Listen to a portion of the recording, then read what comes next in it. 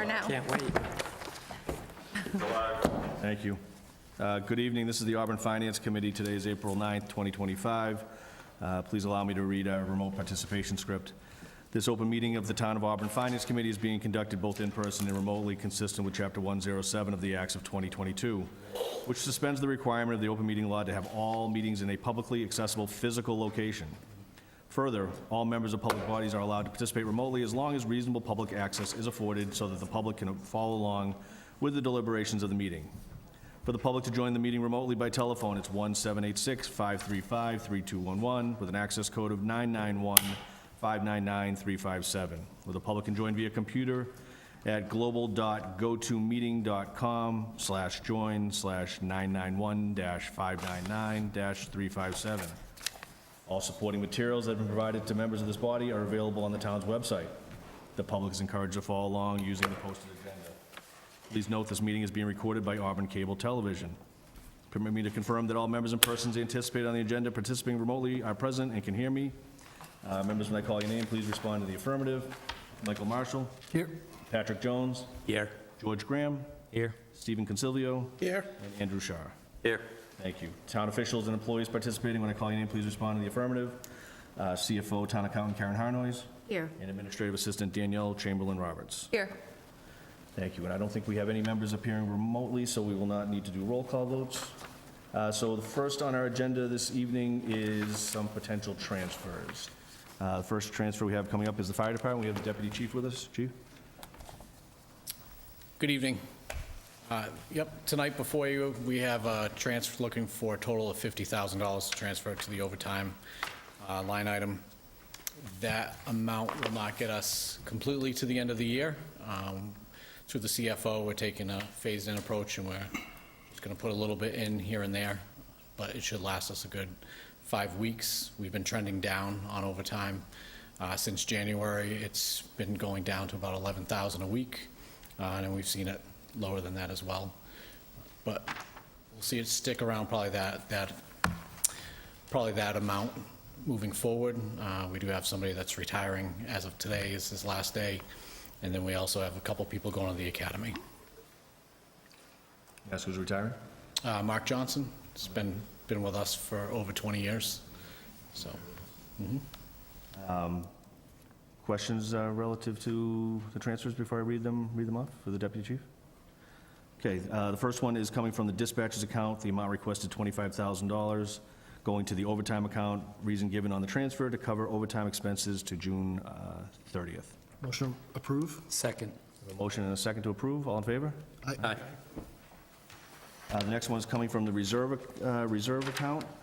This one is going to the overtime account. Amount requested $25,000. Reason given to cover overtime expenses to June 30th. Motion to approve? Second. A motion to approve and a second. All in favor? Aye. thank you. Have a good night.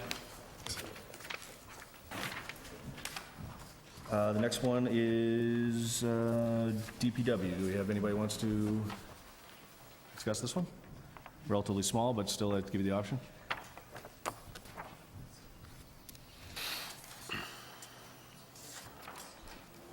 Which ones we got? We'll go with the first one. It was repairs, so that's going to be on you. So That's on me. So the first one from interdepartmental transfer, coming from the wages account, my request is $1,200, going to motor vehicle maintenance account, reason given for repairs needed for sewer pickup trucks, S2 and S7. Okay, so this is for sewer. Yeah, so there's been some maintenance needs for those two trucks. It doesn't look like we're gonna have enough in the account for those. So I got an estimate from our head mechanic, and that should cover those costs, plus a little bit of contingency. That account, are we going to see just more of these as you get issues come up over the next months, or how does the account look in terms of? So this is for the motor vehicle repair for just the sewer vehicles. Okay, this is sewer. This is sewer specific. So it's not quite as significant as some of the other motor vehicle repair accounts that we've talked about and that we're going to talk about in a minute. So yeah, I expect this would get us through the year without some unforeseen, major issue with one of the other vehicles. And did you want to, while you're there, the other one is from the wages account, $2,000 going to education to cover new sewer employees' CDL training costs. Yeah, we've had a couple new employees this year, so CDL training costs have gone up quite a bit, and they've had to have other training as well that has drawn down that account, so trying to cover for that. Okay. So the first transfer from the wages, $1,200 going to motor vehicle maintenance. Given, do we have a motion on that one? Motion to recommend, or motion to approve? Excuse me. Second. A motion and a second to approve, all in favor? Aye. And. Motion to approve the second transfer? Second. And motion to approve the $2,000 transfer to education, a motion and a second, all in favor? Aye.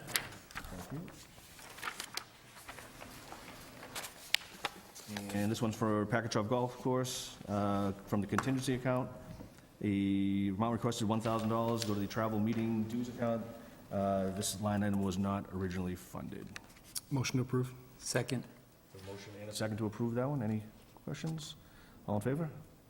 Aye. Fleet maintenance as well. This is a larger one. This is motor vehicle, from the motor vehicle repairs fire account.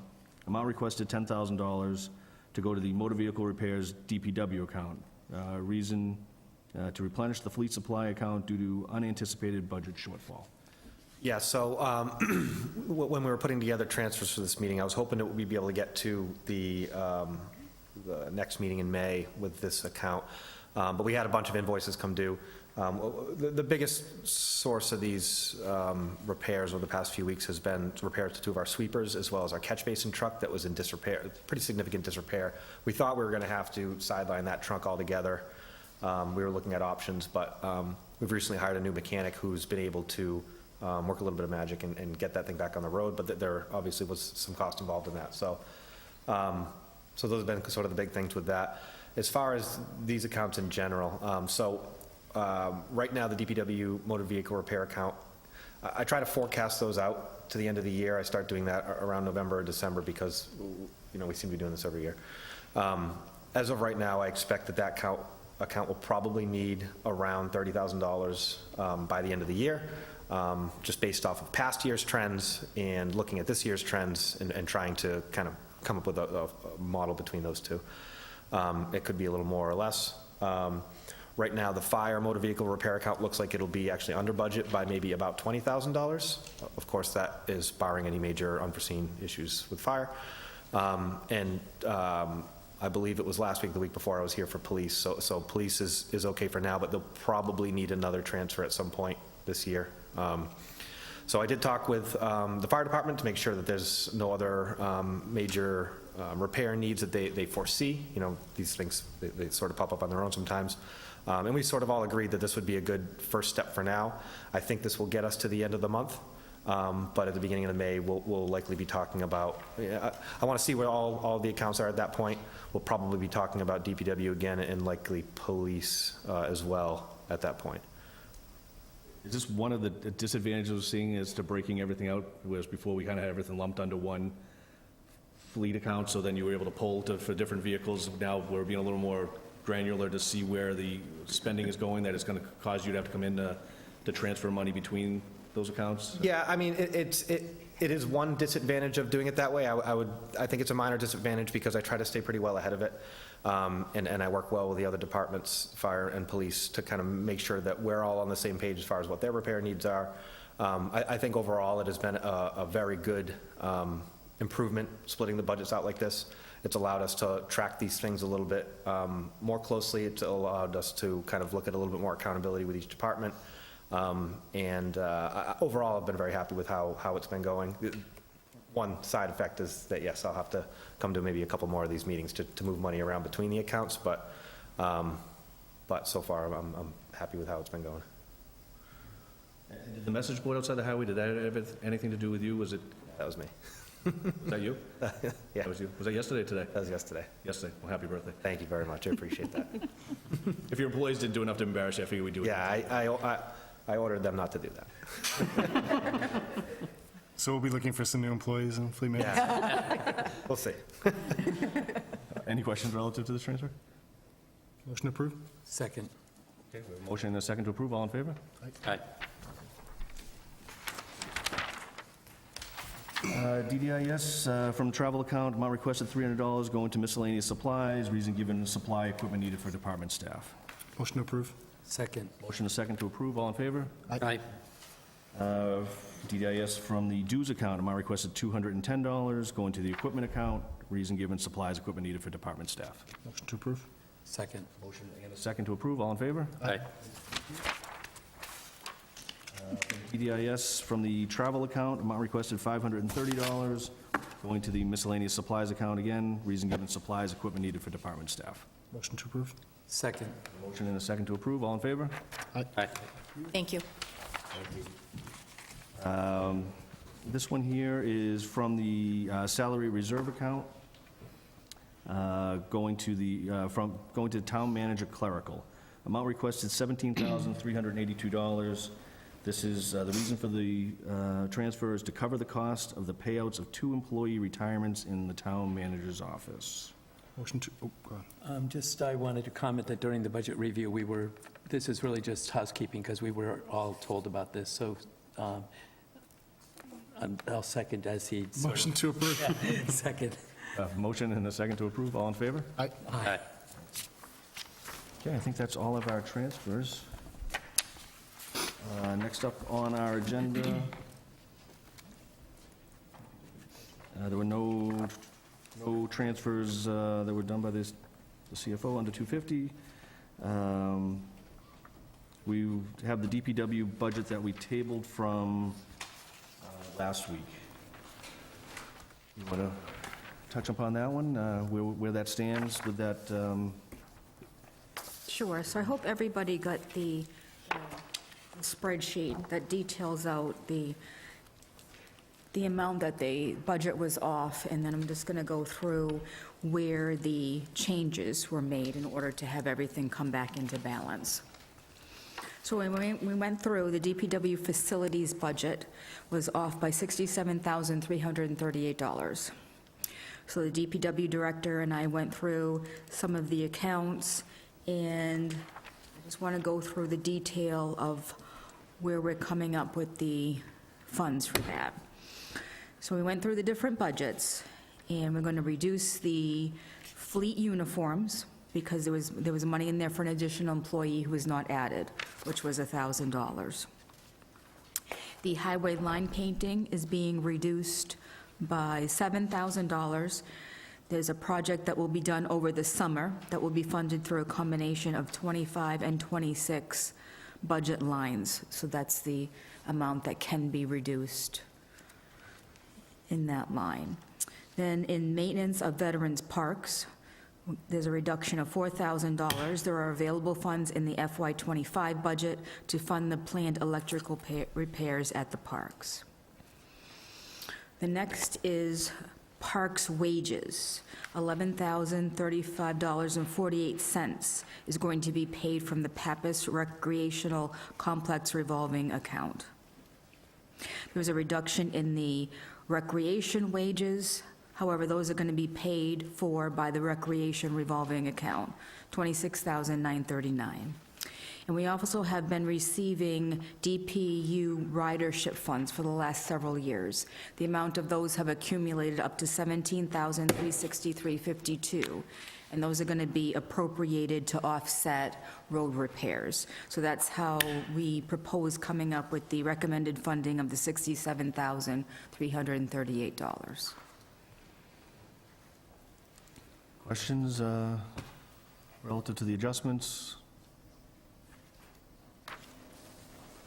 I guess my question is more, I know Michael caught the error, but how did the error occur? There was changes in the budget, am I correct, relative to the way we were moving stuff around between, how did it occur, and, you know, I guess moving forward, how do we make sure? Right. It was in the salary section. There was some wages that I believe were moved from, and correct me if I'm wrong, from highway, in between highway and facilities. So a line was entered in there, and these spreadsheets are in Excel. So for whatever reason, that bottom formula wasn't just a sum of that column, it was a sum of like the first cell and the third cell, so it just got overlooked, unfortunately, in there. We'll just make sure going forward that either we protect, the formulas in there, or we'll make sure that we check them all before they go forward in the future. Anything to add to that? So, so like Karen said, we had the salary, the wages account, the majority of the wages have the summation formula in there. This was just picked, equal to this cell, this cell, this cell.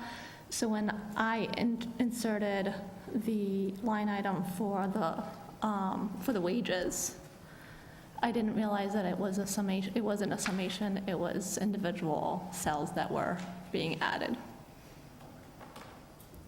because that line item was not there previously. Patrick? That would lead me to the question I was debating on whether to ask on the integrity of the sheets that are being used. Is there a check and balance system in place so that as we go year to year and these are being used, that every department, even though their sheet might be a little different, the methodology or the approach to doing the sheet is tested and checked, so that way we don't have it? Because you can check it in the future, but you can still make the mistake in the future. It sounds to me that there's a lot of different ways that this could have happened, and I'm more concerned about the integrity of the process than I am. And I'm not saying that well, I guess it sounds the way it sounds. I'm just concerned that you could have a spreadsheet for DDIS or DPW or any board, and because I do notice, and I made a similar oversight when we were looking at one of the budgets last week, because the template that we received for that budget looks so different because it came from a department that I don't remember whether it was police or fire, but I think one of the things that I've always wanted to spearhead is that at least when the budget book comes to us over time, especially now knowing that it's on Excel, that we should invest some time and effort into fonts and size and all of that, and also to make sure that the formulas are all the same. Because without that check and balance and that going into place, this could have been a $500,000 error. I'm not saying it was, and I'm not implying that that wouldn't have gotten caught, but, it was probably a painful task to go back and find $70,000, and in areas that you were defending to put money into your budget, now you've realized that, it's a tight year, and so you sort of paid a price for doing that, and we were fortunate to find the money. So I would just caution on the air of the integrity of the sheets that we're using. And that's really sort of not a question, it's just a statement, because there are some inconsistencies in these. And it probably won't be the last, and it's not the first time somebody's come before us and the Finance Committee has had the unfortunate opportunity to point out an error. So, and they're far and few in between, I should say that, but they happen. And my goal is for them never to happen. And I don't think that's unrealistic at a time when automation is just taking over the planet. So that's my 2 cents. Thank you. Andrew? I also want to go back to a point that was brought up last week about this book in general and Excel. I, find it very hard to believe in 2025, to Patrick's point with automation and where we are, that this is kind of where we are and what we have to use for the committee. I mean, it's pretty hard to kind of go through, all the amendments and all the changes, and I understand that that's maybe not normal, but it would probably be much easier if it was some kind of a Excel sheet, whether it's downloaded to us, shared to us, not obviously, something that we would change, but I work with Excel daily in my budgets, and it's much easier than going back through the paper, spending hours going through. To that point, I think, the process is more the concern. Again, it would obviously help me, but I do think that it lends more clarity and puts more eyes on a concerning thing where you have an error that could be caught prior to. Just my 2 cents on that, so. I have a more generic question, because, we've got multiple years here. So I'm kind of curious, like, this is showing budgets based on previous year's budgets, as opposed to actual, correct? Those are actuals. These are actuals. So Yes, how do for these the actual, previous how do year. we get the, how is the actual getting calculated into the spreadsheet based on past history? Well, it's coming off of a report from the financial system, And so we have to enter it in. So everything is getting Yeah. so the financial system will kick out a report for the year, presumably with all these categories. But then but you have to manually enter that into Excel, is that correct? Right, for that 1 year, because then the back years will already be there. Because the financial system won't give you comparisons, or has I actually have used Munis budget before in the past. The only thing is it won't give you this many years. So either we can have that and there won't be any, mathematical mistakes in there. We just might have to give some thought as to what we want to see, maybe for next year, if we want to see anything Early in the budget process, different. it was stated that we'll see an additional column next year, so they are putting some thought into the presentation on how it comes forward. I would just, again, with adding that column, try to think of standardizing in some way, because,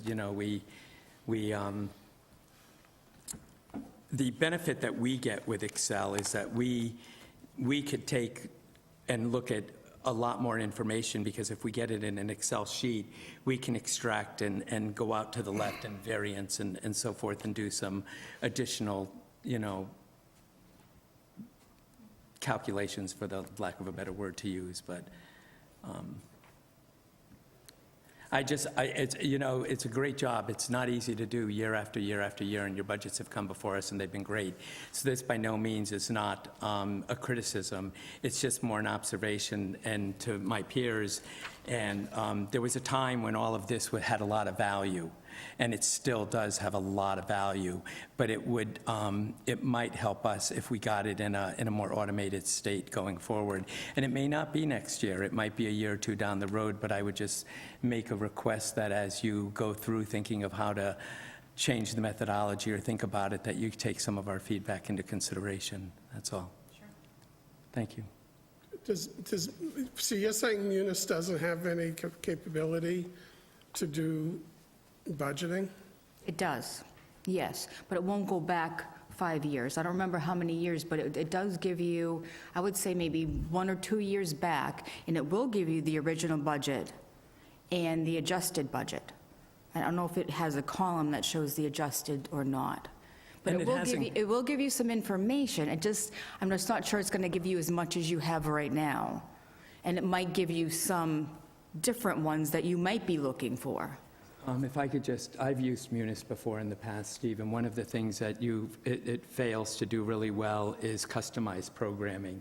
So, we're seeing errors in this. If we were to write a custom program for Munis, and then we asked for something like these financials as a board that we could use, as soon as a department changed or a line item got added or something like that, it could very easily send the whole report askew.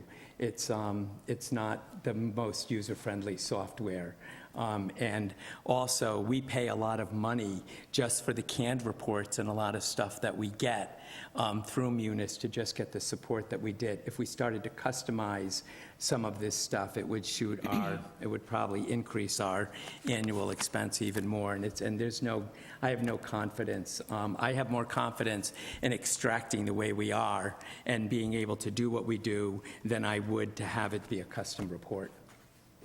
So is Munis cloud-based, or do we have the software hosted here? We have I don't know if it's a software as a service. We have it hosted here on the server. And you literally type in these numbers? You can't just export them and import them? You can't export it as a CSV file or something? No, you wouldn't be able to get all the information. They you might do a could. VLOOKUP. You might use some formulaic VLOOKUP or something. I don't know that you're typing in manually each number, because I'm sure your totals are summed up. You're not manually keying in. There's a calculation there at some point. So many of these have to be, pre-driven formulas. Right, and that's what we were talking about. Yeah, The they're not formulas are in there. It just- Everything, and there's a lot of predetermined formulas within the spreadsheets that they're using.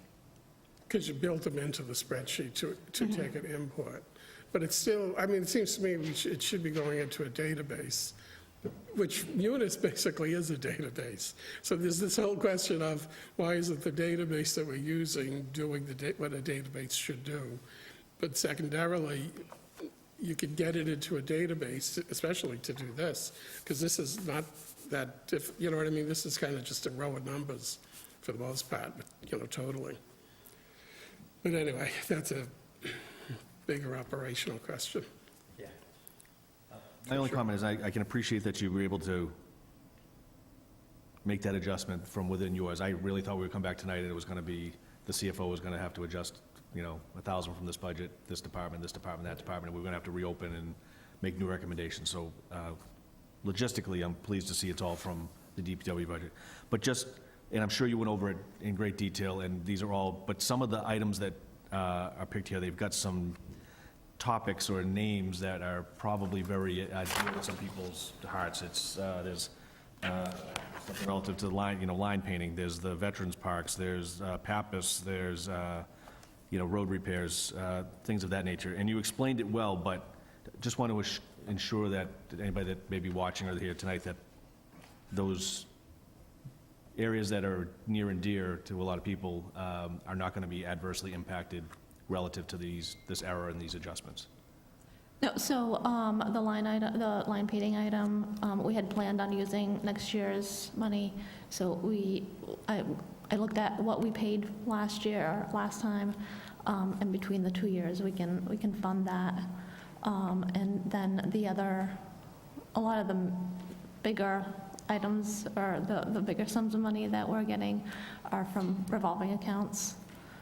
So, I mean, the parks or the recreation division is, you know, benefiting from, you know, the parks are supporting the Pappas complex, so it's a, you know, it's a justified use for that year, as well as the recreation. I understand, and I appreciate just giving the assurances that those, you know, Yes. those facilities and, yeah. In the same vein, I think essentially there's really only like a $12,000 reduction in the budget, like to offset, because everything else is either coming out of available funds that we have or coming out of a revolving account. It's not that those items are being reduced, it's that we're funding them from different sources. They're not coming from the tax levy anymore. So if I'm reading it correctly, it's really just the first three items that are actual reductions. Right. And each of those, you know, one of them is an employee who isn't here or isn't going to be here, and then the others are essentially like found money from FY '25 that hasn't been expended, that's just going to be applied to projects that otherwise, right? Any other questions relative to the DPW budget? So, Karen, correct me if I'm reading the right number out. So the total for the DPW budget for this year, $7 million, town manager's recommendation, $7,498,424? Correct. I'll make a motion to recommend the town manager recommendation of $7,498,424. Second. We have a motion and a second to recommend the DPW budget as recommended by the town manager. All in favor? Aye. Opposed? One opposition. Okay, very good. Thank you. Thank you.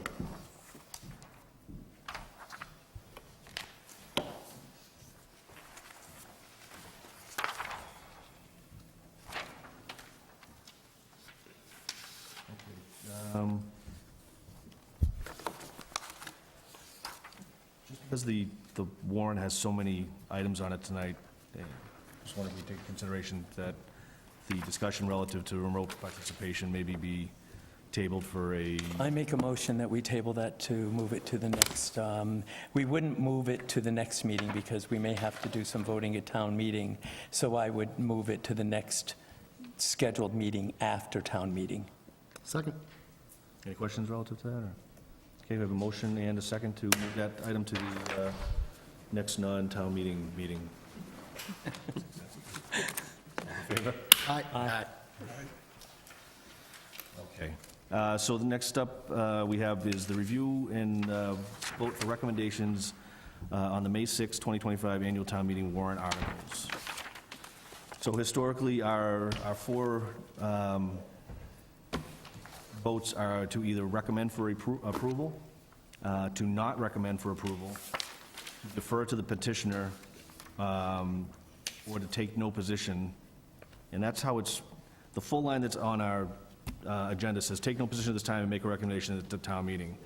I think, and we can, this is certainly for discussion, but tonight's warrant articles are a little bit different. In my time on the committee, I don't know that I've ever seen citizen warrant articles. And we've got a whole host of folks that have been here for a long time, and I think this might be a little bit new. We've got the town clerk, I don't know if you can, this... Yeah, I tried looking up, it's been quite a few years. Okay. There's been some. Okay. So it's a little bit different for us, too. So historically, the only things we've waited for, where we've taken no position and waited to town meeting, were items that we were, and we have a few of them on there tonight where we don't have a dollar amount. So for us to take a position, we usually wait and then take a position right before we go into the town meeting. But some of these, the citizen ones in particular, as you read them, it's not a town department where we sort of defer to them because it's their expertise, or it's, I'll use, we've got our animal control officer tonight. If there's something relative to animal control, that's their specialty, and we defer to that specialty. So we, just for discussion purposes, we may have votes tonight that we could potentially just take not a position on. That it's not either a town department that's making a recommendation, but it may in fact be a citizen who's going to be able to better speak to that, the reasons why they wrote up the warrant article, can explain it better, and would be able to explain to town meeting members what the article is. You know, so those might be, and again, I was open for discussion here, if you think that is a case where taking no position is the better position, as opposed to us either not recommending it, which sounds like we're not in favor, but we just may not have that level of expertise or knowledge about the particular area which they're filing the warrant article. But certainly, if anybody has any comments as to our four positions that we historically take and what we would be voting as we go through these individual articles. I just agree. I think there's some of these that I'm not confident. The finance committee, we've never weighed in on issues like them, and as you say, there's a difference between, I think, deferring to members of the town administration who have an expertise and are paid by the town to be the experts in those particular topics, versus citizen positions that I'm sure will get plenty of discussion at town meeting. So, Anybody else? I would just add, as someone who's done this in the past, that, to your point, exactly, we're a finance board, and normally the 99.9% of our decision-making is based on financial warrant articles. All the others are either taking no position or deferring to petitioner. I have seen some citizen positions like years ago, and the finance committee did just that. Unless there was a financial value assigned to it, which we'll see tonight, we did not recommend or not recommend. Okay. So on historical, you had the historical, so way back, so do you believe at that time they either did a not recommend, or? We did recommend or not recommend on financial warrant articles, or those affiliated with a financial value. Those that weren't, we took no position. Okay. Or we deferred to the petitioner. It depended on the way the warrant article read. Bob Record at the time was the chair for the years I was there, and he would just read it, and then he didn't make the motion, but the board usually didn't recommend or not recommend. We took the other two choices. Okay. It was, I don't think I ever experienced a time when we weighed in on something that didn't have any financial consequence or finance subjected to it. Okay. Any additional discussions on? Is there a clear distinction between deferring to the petitioner and taking no position? Anybody happen to do any Yeah, Google I will searches? just say, my understanding before this, and based on the Googling that I did right before the meeting, deferring to the petitioner is essentially saying, I believe that the petitioner is in a better position to make a recommendation on this particular article than I am. I personally, and I won't speak for the other members of the committee, but there are articles here that I certainly have opinions on, but if they don't have a financial impact on the town, as a member of town meeting who will be there for that, I plan to make those opinions heard at town meeting in my capacity as a town meeting member, and I don't know that it is the finance committee's position to take a position on certain things. You know, some of these citizen petitions do have a financial impact. Whether we decide to vote on them or not, I don't know. I think we'll have to discuss it, but some of them don't have like a direct, I mean, all of them are going to have an impact on the finances of the town because they're all making changes to the way that the town operates, but some of them don't have a direct like budgetary impact, and those ones are not ones we have traditionally taken. And those would be the yes or no, but we have these 3 and 4, which are kind Yeah, of. I think deferring is very saying, vague, that's deferring is typically saying, you know, the town clerk or the town animal control officer, they've made this recommendation and I defer to that recommendation because they are the expert on this topic. At least in my own experience, I don't know that I want to defer to the citizen petitions in the sense that those are not people that the town has interviewed, hired, and pays to be an expert on a particular topic. Those are people who have in their capacity as citizens, decided to weigh in on a particular issue. So I think we would not. So a sidestep, but that's fine. That's all I'm just trying to clarify. I would also what we say need. on the other side of that, take no position at this time, is I would say that if we voted any of the other 3 choices, that it could appear as though we're taking a position. So that's why we say the word, we don't take a position at this time, because we don't want to give the wrong impression that even though we're not, well, I just stated what I said, yeah. It's not our ambit. Like Yeah. we're not appointed to decide how zoning bylaws should be implemented in town. We're appointed to approve the budget and handle the financials, so I think that's the idea. So obviously, this is a weird year in terms of the articles, but then why would they be a part of our meeting if we're not in charge of them? I'm just kind of wondering, do we just have to, is the bylaws we have to vote on every warrant article as the finance committee? Okay. The very first article is to allow town meeting to hear the report of the finance committee. Yep. And so typically, we tell town meeting, Sure. we recommend the approval of these items, we don't recommend the approval of this item, we defer to the petitioner on this one, and in this case, we don't take a position on this because it's not.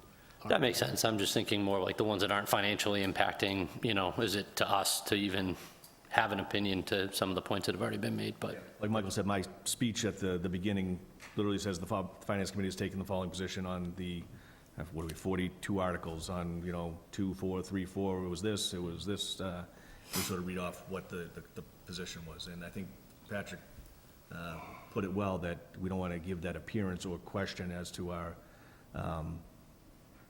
recommendation or leaning, or for people to have that same discussion. What is the difference between deferred and not, Yeah. and doing their own Google searches at town meeting? Fair enough.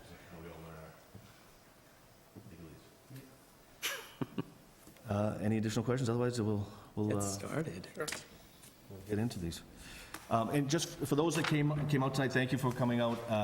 There was a question relative to whether people who had filed, whether it was a department or a citizen petition here, if there was questions relative to it, we wanted to give you the option to be here, to be heard on it. So I know there may have been some confusion relative to the language, whether we were asking, requiring people to be here. It really was just meant to be, to give folks an option if they wanted to speak upon their, briefly at that, because we've got 42 to go through, but if they wanted to have their opportunity to address finance before it went to the town meeting. So thank you for those that came out and wanted to discuss those things.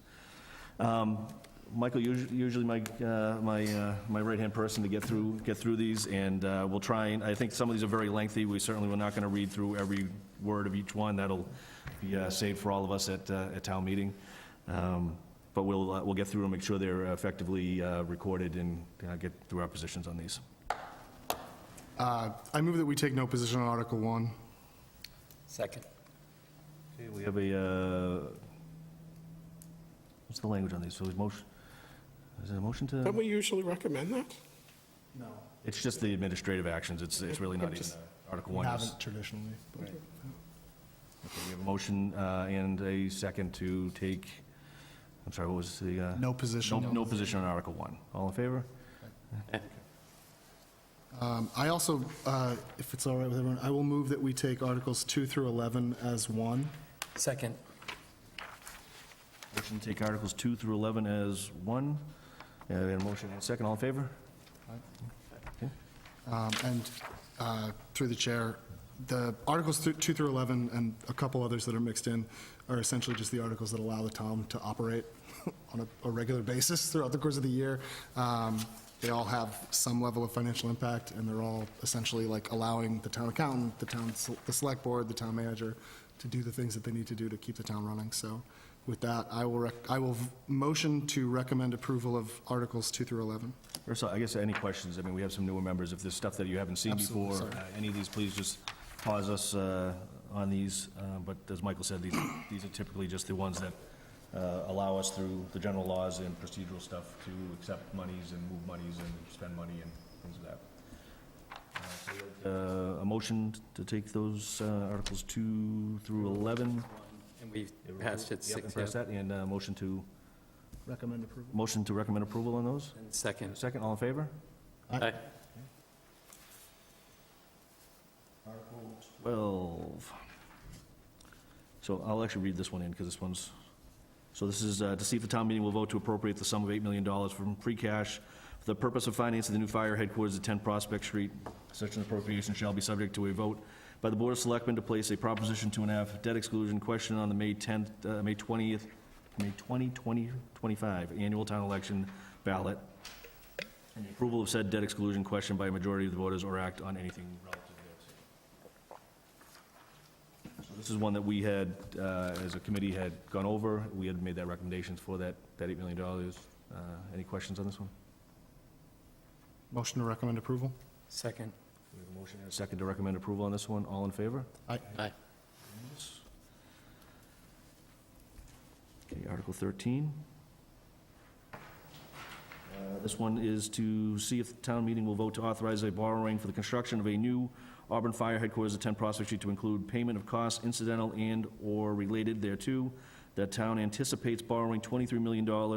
Such borrowing shall be subject to a vote by the Board of Selectmen to place a Proposition 2.5 debt exclusion question on the May 20, 2025 annual town election ballot, and the approval of said debt exclusion question by a majority of the voters or act on anything relative thereto. Discussion on this one? I'll just say, this is, I think these two are linked. If we build the fire station, obviously, we will need to borrow money to pay for it, so for that, I recommend approval. Move to recommend approval? Second. We have a motion to recommend approval on this one and a second. All in favor?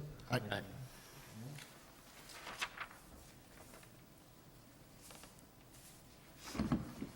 So this is an every year one, but it is the Medicaid receipts that the Auburn School Department receives. This is Article 14, to see if the town meeting will vote to appropriate $160,000 from Medicaid receipts within the general fund revenues to the Auburn School Department operating budget for fiscal year 2026 to fund supplies and medical, therapeutic, and educational services for significantly disabled special needs students, as well as tuition and transportation to and from outside placements or within the district for special needs students, or act on anything relative thereto. Motion to recommend approval? Second. Motion and a second to approve. All in favor? Aye. I move that we take the next three as one. Second. Motion and a second to take Articles 15, 16, 17 as one. All in favor? Aye. Okay, discussion on these? Through the chair, typically in the past, any articles that are financial but don't have a sum set in them yet, we typically will defer, or not defer, excuse me. We will take no position until a meeting prior to town meeting. So unless anyone has any questions, I will move that we take no position at this time and vote on these at our meeting prior to town meeting. And I just want to get confirmation. We do not have, since the printing, we don't have numbers on these yet, but we should have them before town meeting. Is that correct, through the CFO? Correct. Yes. No other questions? We had a motion to take no position until the meeting before town meeting, and do we have a second on that? I'm sorry. Second. We did have a second. Thank you. All in favor? Aye.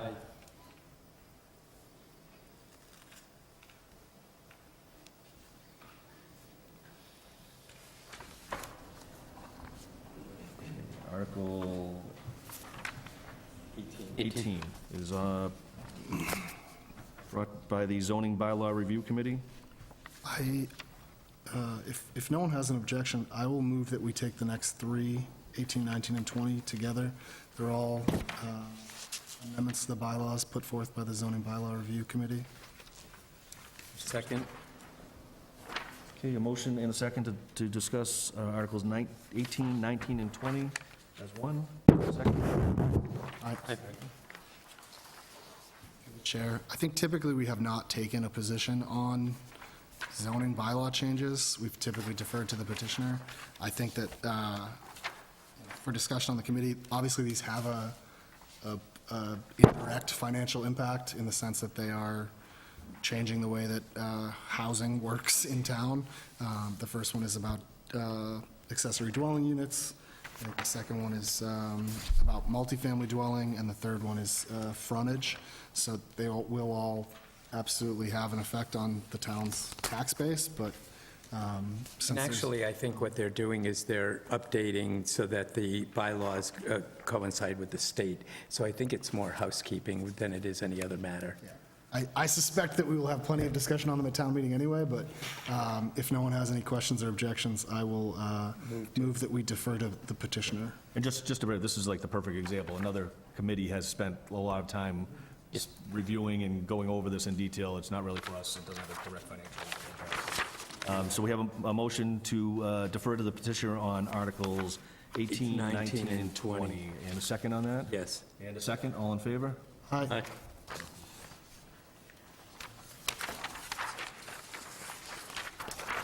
Okay, Article 21, from the Building Commissioner. Again, is a zoning, Probably should have included this one too, but I will move that we defer to the petitioner, the building commissioner. motion to Second. move that, to defer that one to the petitioner as well on Article 21, and a second, all in favor? Aye. Article 22, from the town clerk, the DDIS director and animal control officer.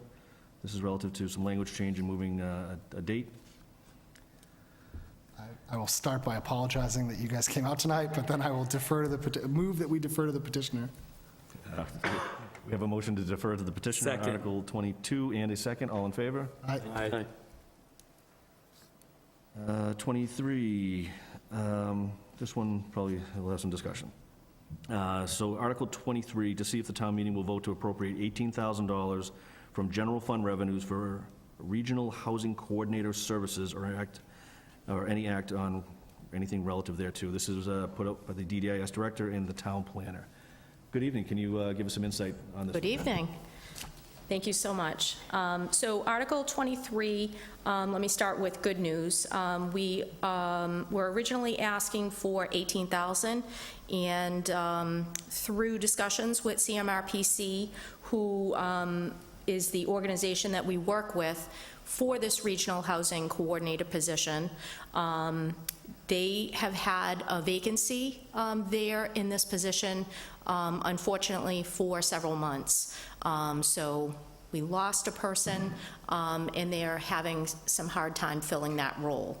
However, with discussions with them in the past several weeks, they've come up with a plan, and literally this afternoon, we got a update from them. So they're going to use some of the money that we haven't been able to pay for a person in this position, and we're going to allot the money that we haven't been able to use to put towards the next fiscal year. So this brings it down to just about $6,700. So significant difference. Is it 67 plus or minus, so would we be better off saying 6,800? It's actually a little bit less than that. So 6,700 works. yeah, the exact amount is $6,618. I was just giving like a little bit of room just in case there's something that we don't account for. So if that is amenable to the board, that's some good news that I wanted to share, and I'm happy to answer any questions that you have further. do you know if you'll have the final number by town meeting? Like, is this a situation where it may behoove us to wait until our meeting prior to town meeting to vote? I mean, I'm comfortable I got this information from their director there, so I'm comfortable giving you $6,618.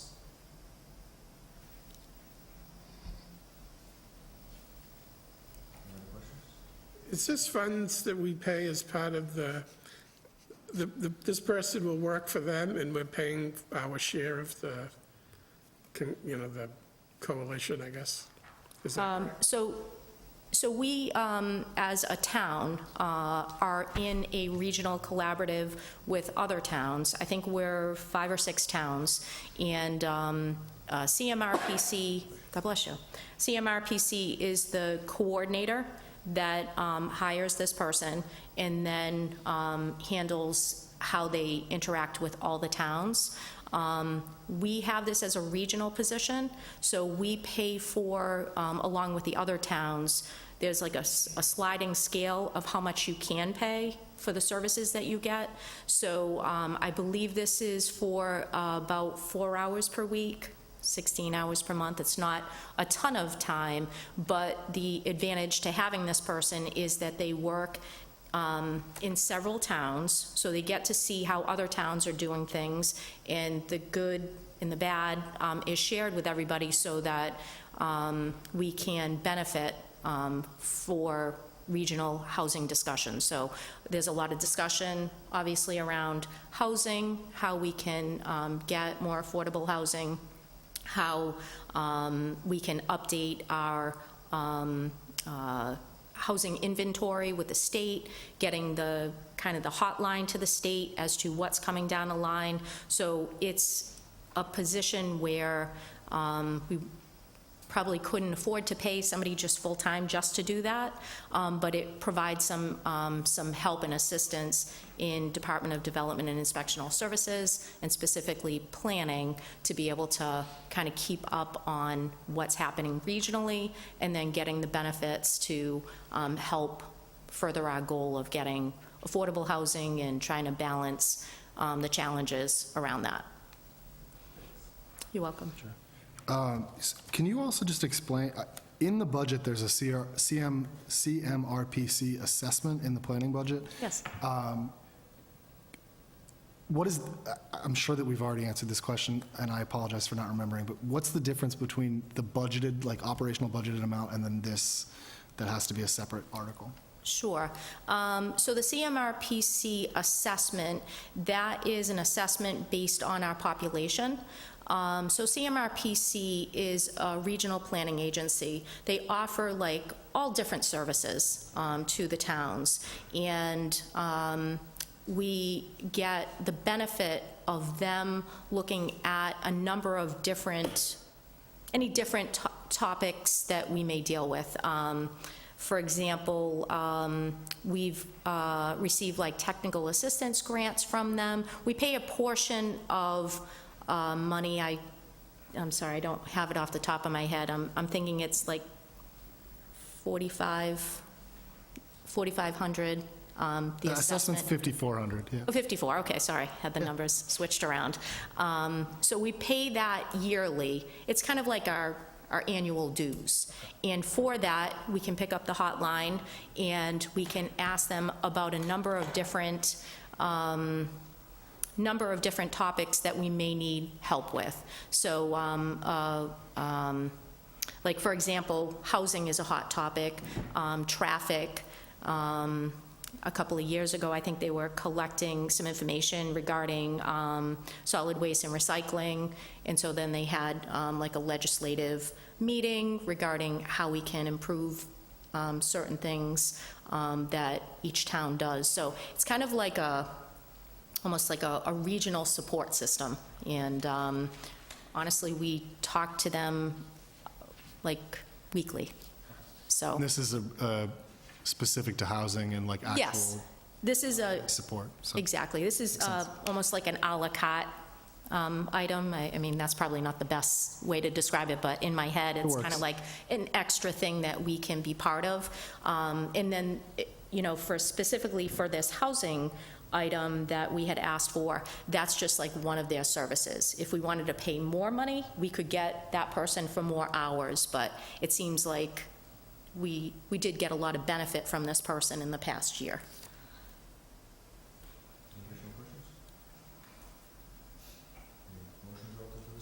Motion to recommend approval? Second. Motion and second to recommend Article 23. All in favor? Aye. Thank you so much.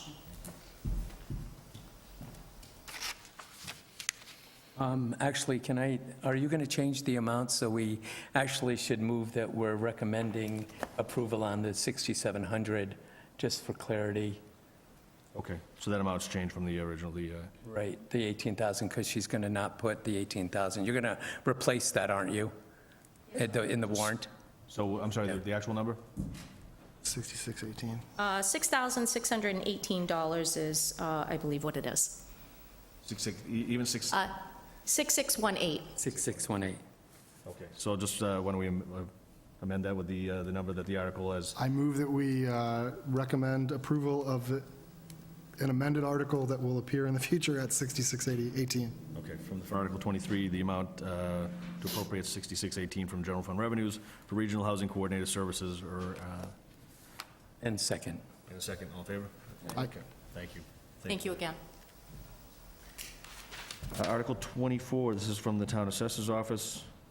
See if the town meeting will vote to appropriate $25,000 from overlay surplus for assessor revaluation, training, support, and services.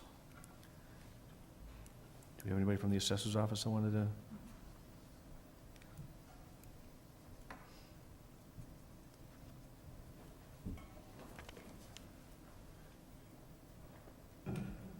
Good evening. Good evening. So the 25,000 ask is to meet our annual, 5-year revaluation obligations, prepare for reval, and meet the obligations of the annual interim update.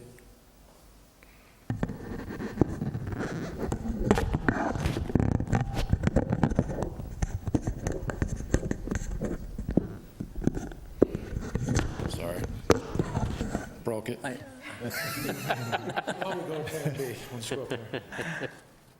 My only question is, why is this treated as, not a why as in I just don't know. Why is it treated as a separate warrant article as opposed to like a part of the operational budget? That's kind of a question. I don't know if you have any insight on that, Karen. We've had that conversation. Sure, so this article actually works in combination with the amount, there's a $15,000 for reval in the assessor's budget. So the costs have been increasing over the last several years. And also doing it as a warrant article allows us to carry over any funds that may have not been used on an annual basis.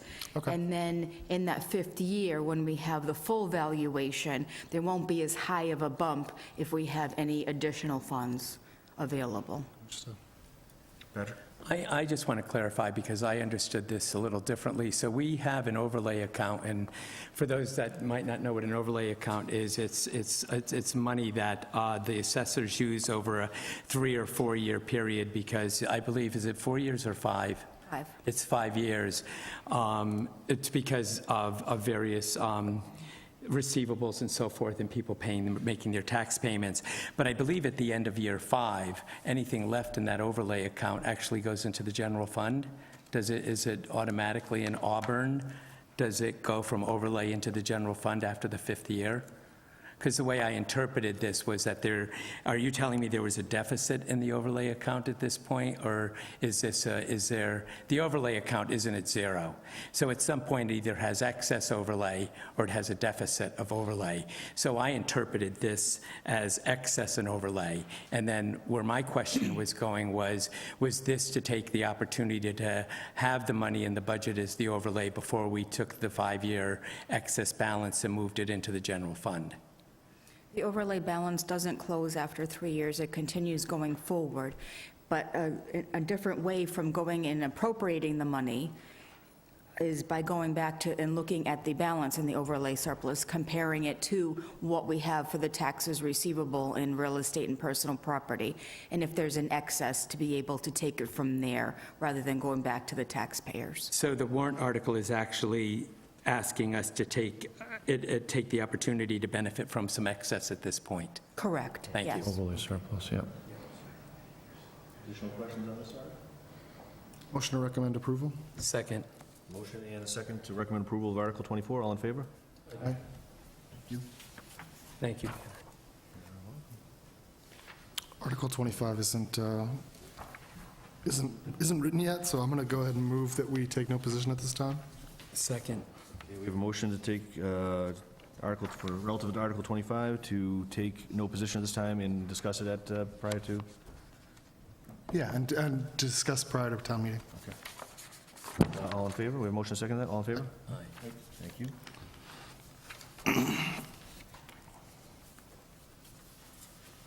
Article 26.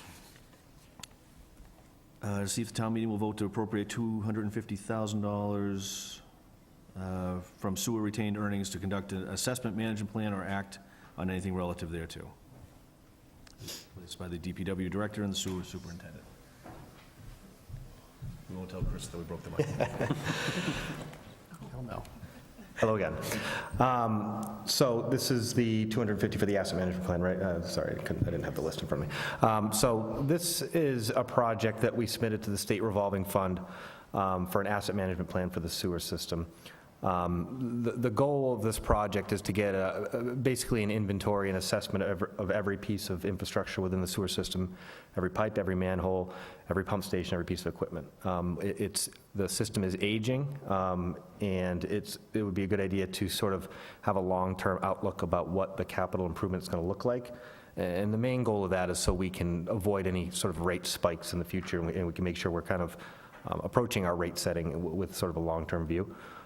So this project was submitted to the State Revolving Fund. They have an asset management grant program. It funds 60% of the project, and it includes a calculation for in-kind services. So we did get approved on the draft intended use plan that was released by SRF in January.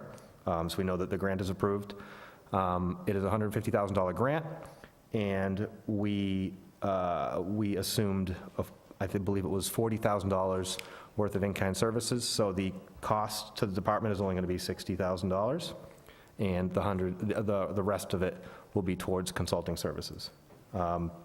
So we have to appropriate the full amount of the project. It's a reimbursement grant, so that's why we are asking for the full 250. Additional questions relative to Article 26? Motion to recommend approval? Second. A motion and a second to recommend approval of Article 26. All in favor? Aye. And Article 27, see if town meeting will vote to appropriate $150,000 from sewer retained earnings for sewer easement access improvements.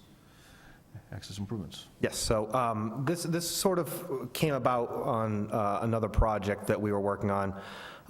It was a sewer lining project off of Goddard Drive. We have a large 24-inch concrete sewer that goes off-road through the woods, about 3,000 or 4,000 feet through the woods to the point of the limits of the project.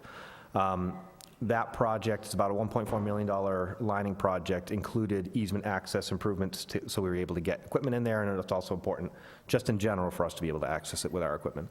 That project did not get approved by SRF in their loan program, so we've sort of gone back to the drawing board a little bit, and we want to break out the easement access portion of that project. We believe we can do some of that work in-house, or at the very least, we may be able to bid that separately and get more advantageous pricing from sort of a local contractor to do that sort of earthwork versus, and then when we do the rest of the project, we can have a lining-specific contractor bid the lining portion of the project. So we're still looking at our internal resources. We have guys committed to a lot of different projects, and we don't want to spread them too thin. So we're still trying to decide how much of that work we can do in-house versus bidding out. But we expect it could vary between, the estimate from the engineer was $200,000 to $300,000 for this work. It's about $50,000 worth of materials, so if we do it in-house, it could be significantly less than that. If we bid it out, it's a little unclear how much it's going to cost. We could do a little bit of each. $150,000 I thought was a good number because we have a lot of money carried forward in our sewer line repair CIP items from past years, so that if it's a little bit more than that, we can cover the extra cost. So the goal is to do that part of the project this year, and likely get a borrowing authorization this fall so that we can bid out the rest of the project next year.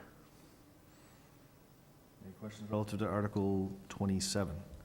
I guess just to make sure I understand this properly, as I recall, you had like 900,000 in retained earnings, Correct. and this is the only way, you have to do a warrant article to transfer it? Like, there is no other way to get the money to spend it?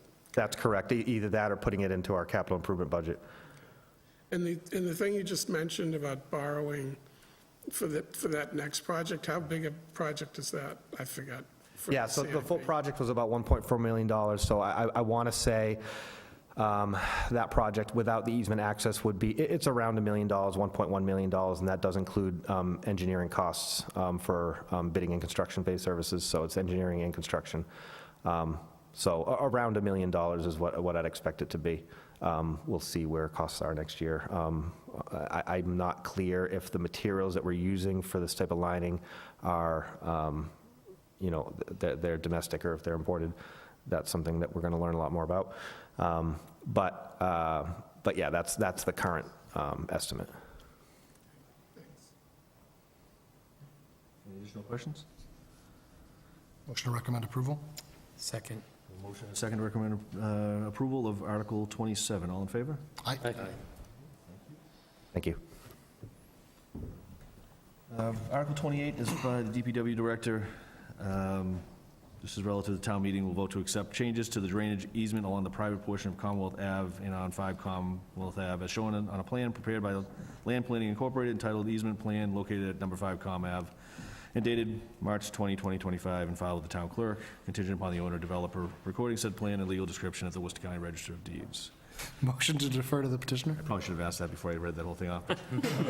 Second. I was on a roll. You were. You did a good job. I would have stumbled. So we have a motion to defer to the petitioner second. on Article 28 and a second. All in favor? Aye. Okay, Article 29. I don't know if, this is from the Supervisor of Cable and Community Television, to see if the town meeting will vote to appropriate $210,000 from cable retained earnings to cover unforeseen cost overruns due to rising construction materials costs, asbestos remediation, and oil tank removal at Camp Gleason, or act on anything relative thereto. DPW Director, I think this sounds more like it's in the facilities than it is on the,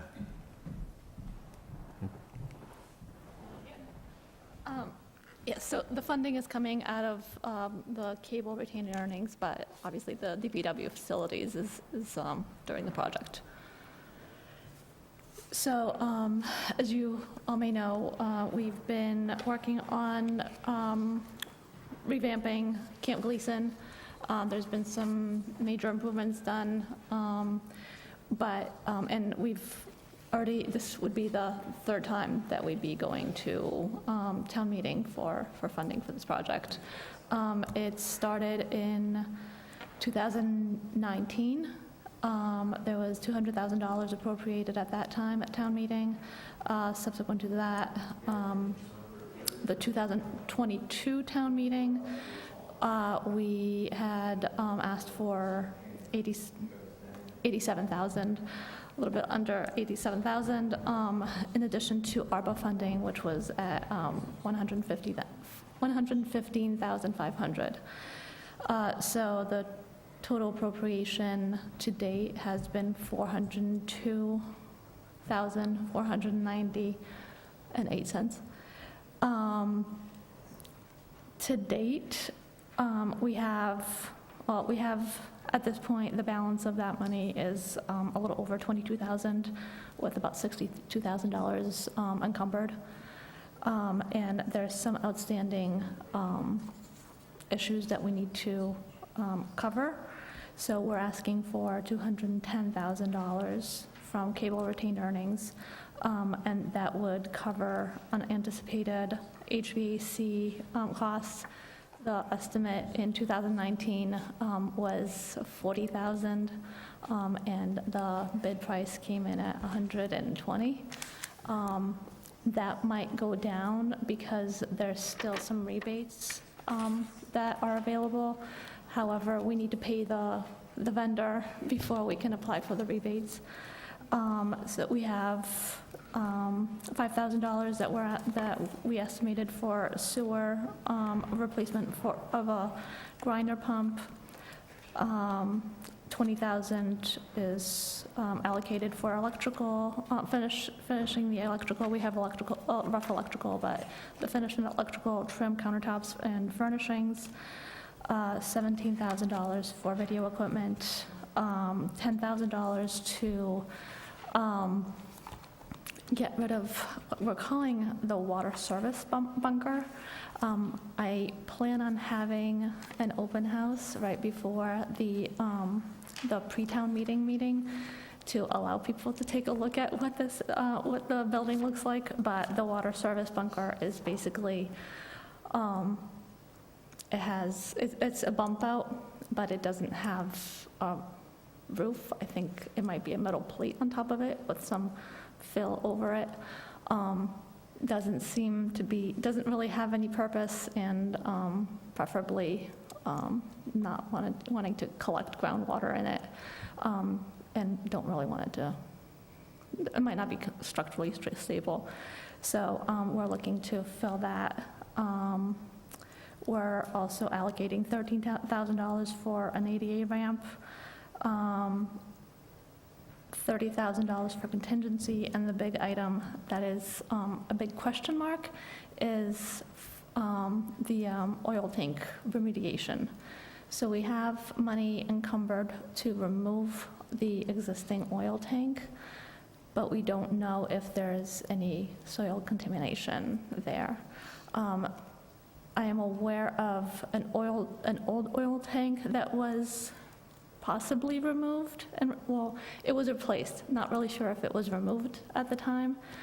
So we're concerned that there might be some soil contamination, so that's why I'm bumping that number up. The consultant is coming in 2 weeks, not next week, but the week after, to start digging the oil tank. So we'll have a little bit more answers on that, but that's the biggest question mark on the project.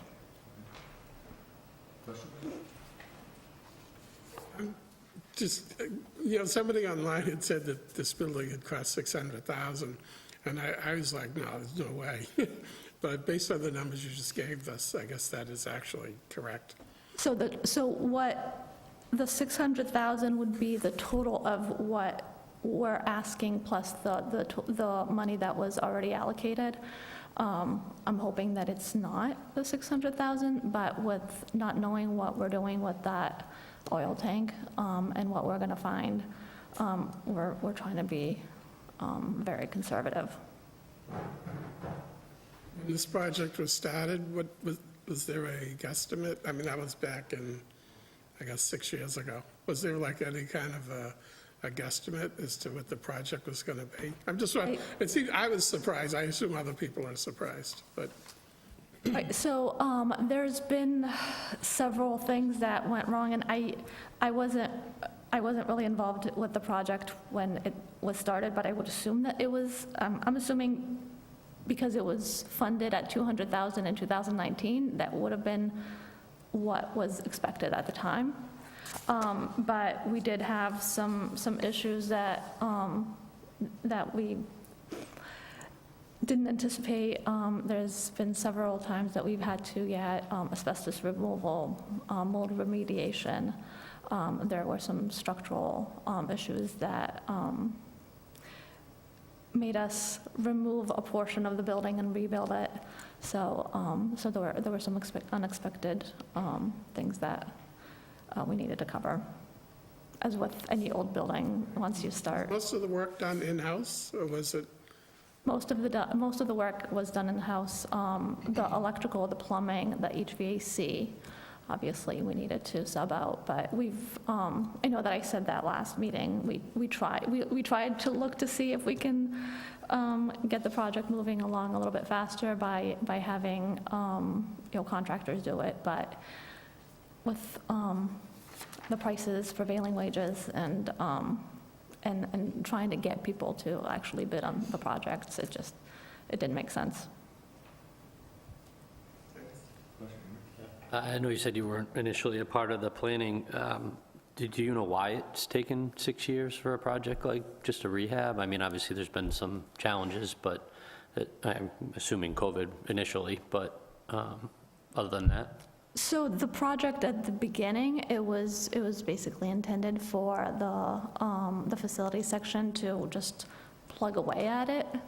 The way that I understand it, there wasn't really, any sense of urgency. So if the facility section was pulled away for another project, then it wasn't really a big deal. In addition to, I think it was last year, there was a little bit of a pause, just because the facility section is made up of 2 people, and the facilities manager, he moved down south, so we needed to find somebody else and get them on board.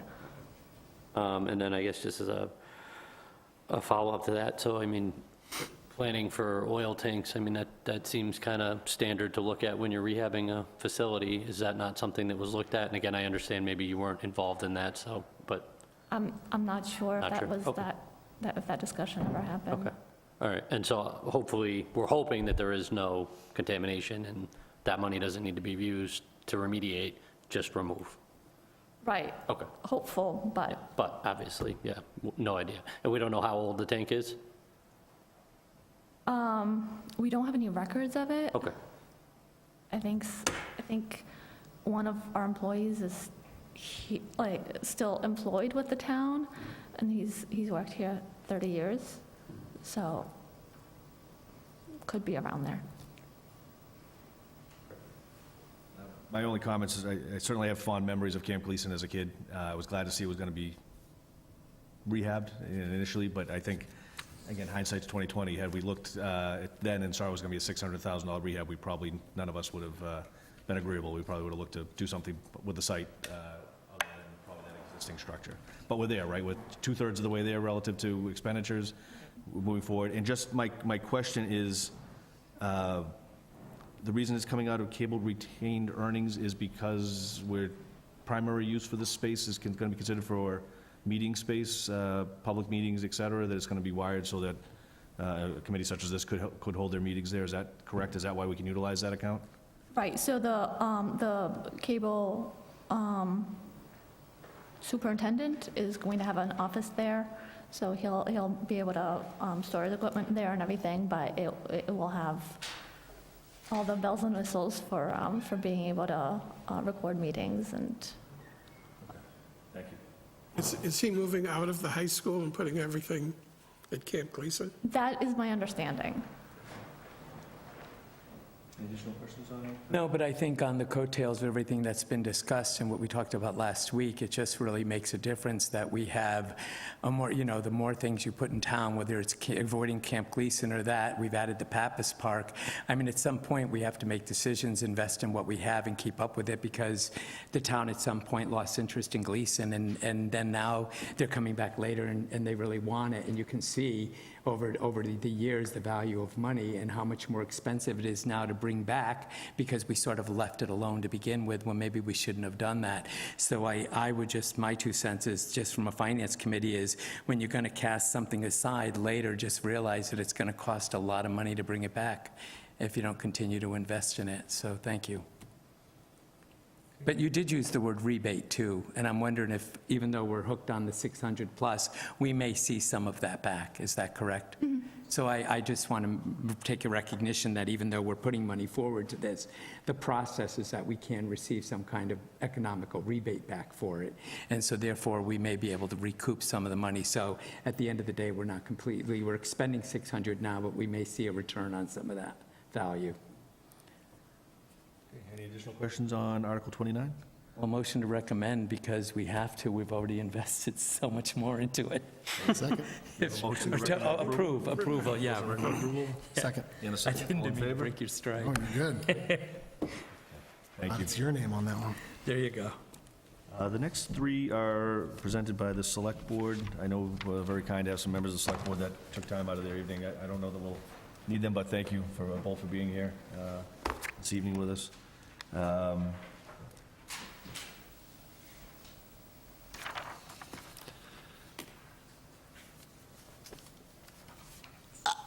Yeah. So I don't know whether we should vote, through the chair, just for discussion, I don't know whether these are things that we would typically vote on. I have been assured that they are revenue neutral, but essentially, they do all, involve changes to how property tax is assessed and paid in town. So I don't know if either of you have anything that you'd like to say about it, or you don't have to, but yeah, you came out and you hung out for a while, so. Nothing more fun than coming here on Wednesday night. Yeah, we could be here on a Monday. I have no complaints. We know. He's in his first term, he's new. So these are all involving tax exemptions, so this is why it's revenue neutral. We're not increasing the tax levy, we're simply reapportioning the tax levy among the residential class or the commercial class. So there's a zero impact on the budget. The levy is exactly what it is today. We're just trying to allow more of our seniors and veterans, because the state isn't very good about keeping up with asset limits, to try and expand that, as well as give a slightly richer benefit, which obviously those of us in those classes will bear the burden of. But it should not be a huge expense. We're talking pennies on the dollar. So, but to the individuals who are going to get the benefit of this, they may be able to stay in their home, they may be able to make repairs to their homes. It's going to be very consequential to them. Yeah, I just wanted to add that with respect to the veterans warrant article, so that will go into effect upon approval by town meeting. That is state law that is already passed, although it's a local option, so we have to vote to take advantage of that. The other two, the senior as well as the small business, this is home rule legislation that essentially the town of Auburn is filing with the legislature.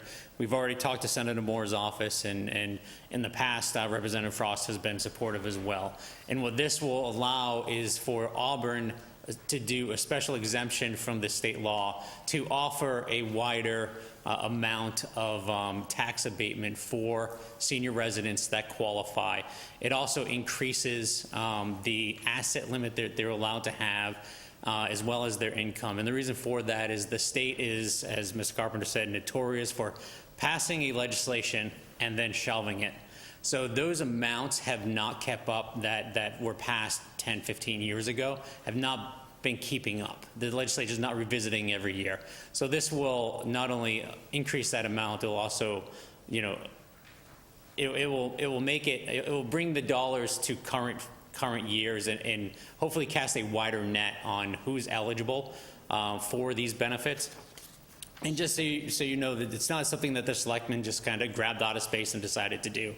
This is rooted in all of our planning documents, so that the master plan, the 2024 housing production plan that has gone through numerous town boards, approved by those boards, plus the Board of Selectmen, have called for implementing these types of strategies in order to, one, with respect to the seniors, to allow our seniors who age in place to remain in the home and the community that they built for the rest of their lives, as well as with this with the small businesses, to allow small businesses to come into town, to entice them to come into town, to invest in the town, to stay in the town, to grow our, our economic fabric of locally owned businesses, small businesses that bring employment as well as commerce to the town. So these are us looking to now start implementing those types of strategies that have been in these planning documents that to date have unfortunately been collecting dust on the shelf, but we think it's time that we start taking these serious on the select board and start moving these ideas forward. Are we discussing all of them, all three of them together? Is that, are we? Well, we can- Let me answer my question, maybe that'll make more sense. Because this is revenue neutral, so that sort of means we have a zero-sum game. And if, we're going to give, a resident a tax abatement or a break or whatever, which means it's going to fall onto the other residents. They're going to pick up the slack. And I'm curious about how that, and at the same time, we're also talking about giving small businesses a tax break, certain small businesses. And so my first question is does that mean that the businesses are also picking up that tax break?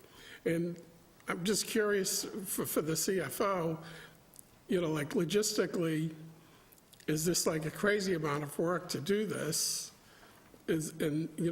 How much money is really being shifted generically, if we know? So I'll answer one part and defer to our assessor for the other. With respect to why it's revenue neutral, exactly. So with respect to the small businesses, we already have a small business tax credit, and it's made up by the other businesses. This will expand it to make it more eligible to more smaller businesses that are a little bit larger than allowed in state law. Again, they set this limit years ago and have not increased it, despite Representative Frost putting something forward that would be statewide, and they rejected that, but there's more likelihood that they'll do it on a local municipality level than statewide. With respect to the cost to implement this, I'll defer to our staff. Excuse me, so the small business exemption, which the select board is talking about increasing, it just shifts the burden from a particular class of the businesses that qualify for it to the other commercial properties and the other industrial properties that do not qualify for it. So it just shifts the burden within that class code, within the commercial industrial. So the other taxpayers, the residents, they don't feel the, I don't want to say pain, but they don't feel the taxation of that. And is this, are we talking, I just have no idea. Is it 50,000 or 100,000? So I did some rough projections, and right now we have like 61 accounts that fit the under $1 million valuation. If this were to go through, the assessing division projected that maybe another 30 to 40 businesses may qualify, bringing it to like a total of 90 or 100. And the shift would probably be another $100,000 in actual tax money to the other commercial and industrial parcels.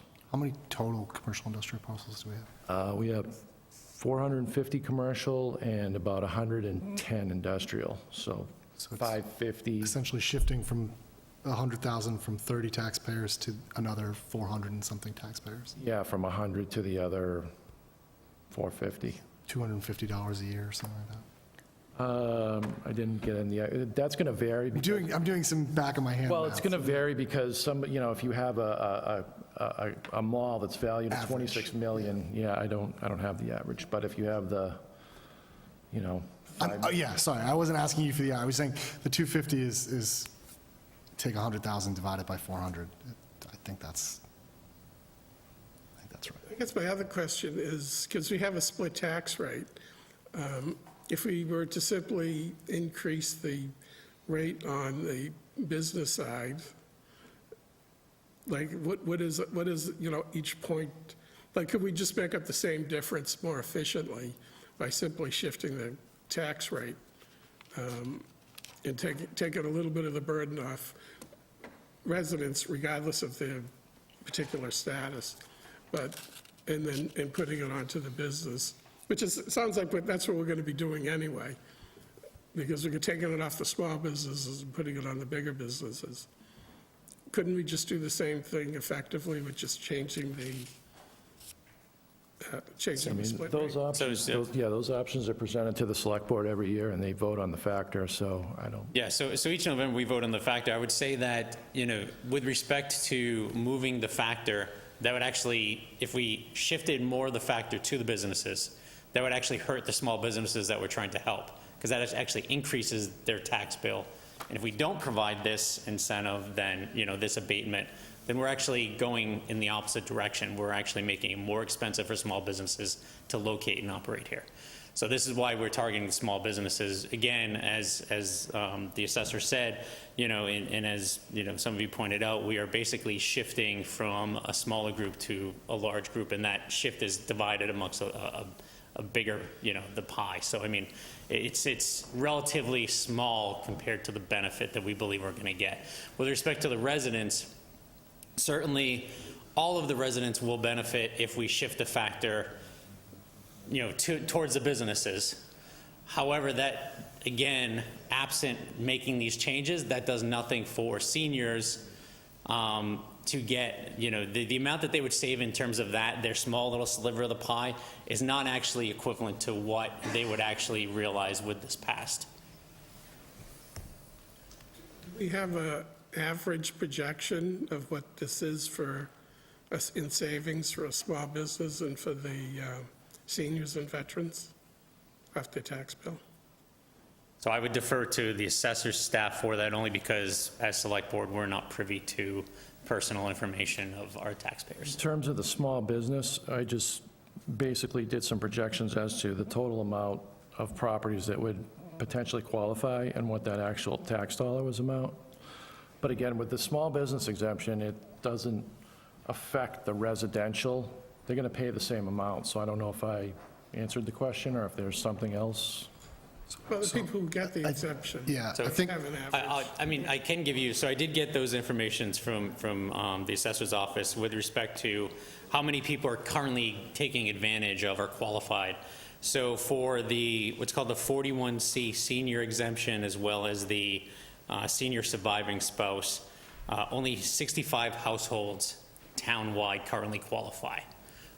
So that is, when we all know how many seniors are on our streets or on our residents, that's a small amount of the senior population, senior households that do not qualify under the current rules, that hopefully will be, a larger percentage will qualify.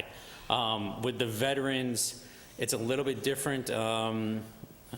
There's there's 4 different veteran categories. And so the veterans that get 10 to 90%, there's 76 households that qualify. The veteran surviving spouse, so the veteran's passed, but their spouse carries on the benefit. There's 12 households that qualify. The veterans that receive 100% exemption, there's 44 that qualify, and then the veterans that are 100%, what's called 100% blind, there's 1 that qualifies. So again, a small, although more than seniors, it's still a smaller amount than probably would qualify with those changes under the veterans. I know Patrick had a question, I just want to make sure I get his. Thank you. I just wanted to clarify, because you made a couple of statements, and we've talked about a lot of concepts in like a very short period of time. But when you refer to the small business exemption, you mentioned that you want to use it as an ability to attract businesses. So first and foremost, when you're working with the tax factor, don't kid yourself that commercial is watching what's happening with residents, and residents are watching what's happening with commercial. So even though you might make the statement that, well, couldn't we just have the commercial make up for it? They're watching that, and the last thing we want to do is discourage them from wanting to stay in Auburn because we're taking advantage of that opportunity. But I wanted to mention that we've talked about implementing an economic development person, and that person is hopefully wanting to attract new business. The TIF or the tax credits that you would receive if you came on board as a new venture, business venture in the town are completely different than these these small business exemptions. Is that an accurate statement? Yes. That's what I thought. I just wanted to make sure that they were completely two separate. So what these warrant articles are doing are they're sort of defining the groups of people that could fall into the, so the way I see this is these warrant articles are creating buckets. And we have a group of businesses that could meet an opportunity to benefit from it, and we have a group of citizens in various buckets that can meet for it, and in the middle, the amount of people are so small that it's sort of a de minimis amount that's being shifted. So there really isn't a lot of weight going in any one direction, and that actually sounds viable to me, coming from a finance perspective, because what you want to do is keep things in balance so that everybody understands the nature of the warrant article and that everybody's receiving fair play. Is that a good way to say that? Yes. Thank you. Sorry, CFO had. What I would like to point out is that these are actually 3 different types of articles, whereas 30 is for the exemptions for the seniors. And I don't want to say, and I'll have Seth jump in at any time too. I want to say that this one is revenue neutral, because we're not really sure how many seniors are going to qualify, because we're changing the, the asset amounts and the income And amounts. exactly, it's not for, when we say seniors, we don't mean seniors. I want to clarify that we mean a category of seniors. So you have seniors, and you have this group, and this group, and this group, and this group. And we're talking about one select group with limited income. Right, so I just want to point out that we can't really quantify what this is, but this one will not be revenue neutral. There will be additional amounts, abatements that will be granted to the seniors in this category. Whereas in Article 31, we were talking about that one being relatively revenue neutral between the smaller businesses and then the larger businesses. And then Article 32, being the CPI is going to be applied now to the veterans abatements. So there will be some additional amounts that are going to be, that again isn't revenue neutral.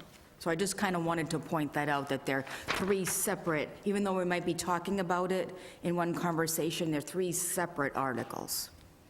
So when you say it's not revenue neutral, you're saying it's lowering the town's revenue?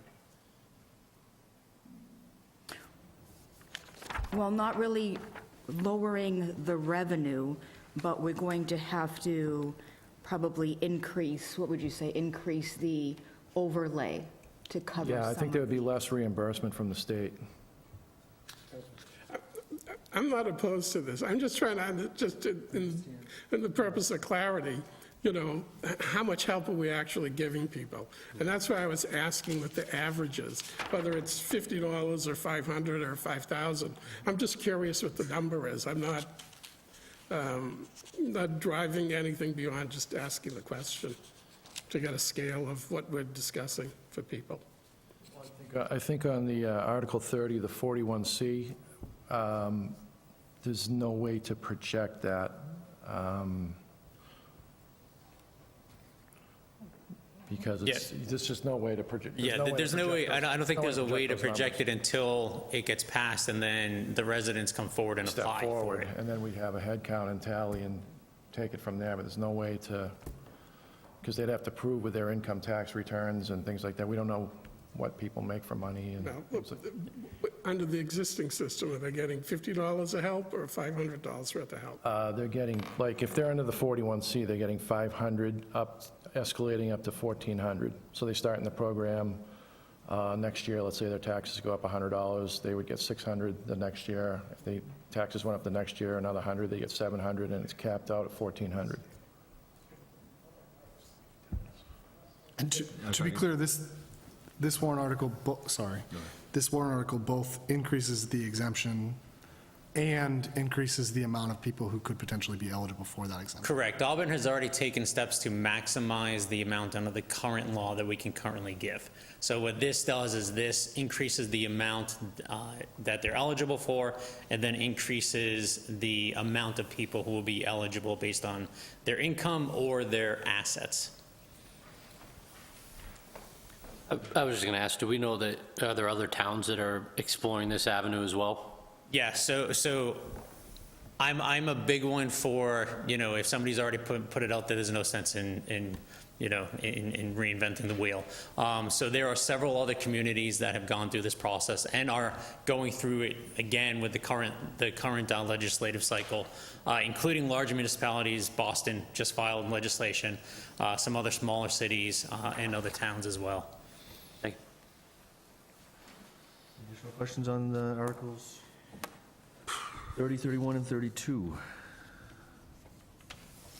I move that we take these three as one. I'll second that. Motion to take articles 30, 31, and 32 as one. And a second. All in favor? Aye. And I move that we defer to the petitioner on those three articles. We have a motion to defer to the petitioner on these. Any further discussion? Second. If someone objects, I'm more than happy to Yeah, no, discuss that's it. why I'm Yeah. seconding it, because we can discuss it. It's a good idea to help the people that need the help. So, I mean, I don't really have any problem with recommending it, but I'll leave it. I mean, I think that is the purpose of a society, is you help the weak, I'd agree with that. Well, I wouldn't say that they're weak, they're just at a point in their life where their finances are different than other Right, individuals. right. I was just going to second Steve. I would say I could recommend this if we so chose, but I'm okay with deferral too. I think, given the representation that it is not having an impact on the budget, it might have an impact on individual taxpayers, but not the budget overall.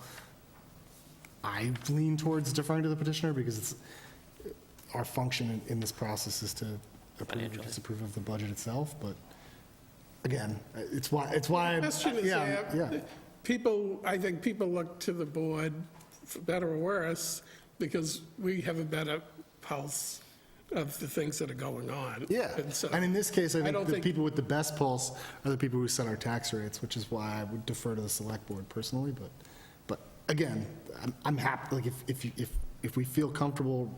Well, just point of order, we have our motion on the floor, and then we can vote, and then depending on how that goes, then we can change the motion, but we can't have two motions on the floor at the same time. Exactly. So we have a motion and a second. All in favor of that motion? Aye. I'll abstain. You're going to abstain? Well, I would vote for approval. Wait, we can't have a second motion until we finish this motion, so. So we have four, Andy didn't raise or not. He threw me off. Sorry, I guess I should just That's all vote no, right? Proper thing. No, I'll vote for deferral. Okay. Same here. I'll vote to defer to the board of selectmen who has a better handle on it than any of us could possibly have. So, okay, so So let's defer. All three of them are deferred. We took all three as one. Thank you. Thank you, gentlemen. Thank you, guys. Have a good night. Okay, the next one is 33. It is a citizen's petition. Mr. Barocas. Here, we have a few people that did appear online. I don't believe he is one of them. This one, 33. Okay, I'll read this off. To see if the town meeting will vote to allow permanent residents of 10 years or longer in the town of Auburn reaching their 68th birthday will have any residential property tax increases deferred until the property is sold. Senior citizen must file annually a form to be provided by the tax assessor on or before April 15th. A copy of the deed must be on file along with proof of identity by providing driver's license or birth certificate. I don't believe Mr. Barocas is here to explain or give any insight on this warrant article. Any questions? I was just going to ask, logistically, this strikes me as very difficult to implement, because you're basically giving people a loan for, if their taxes go up $1,500, you're basically giving them a loan for $1,500 for some vague date in the future, probably when they pass away. It just strikes me as very complicated. I was wondering what your view was. I think it would be difficult to administer. I know that the former assessor back in 2014, 15, 16 maybe had one or two of these. But actually, it actually wasn't this. It was a different exemption. It was a 41A deferral. And she handled it with the head accountant and collector, and I wasn't privy to that, but I think I'm not sure of the administration, how it actually happened, but I have a sort of I guess, related question. Is this something that would require home rule legislation as well? Like, can the town just do this, even?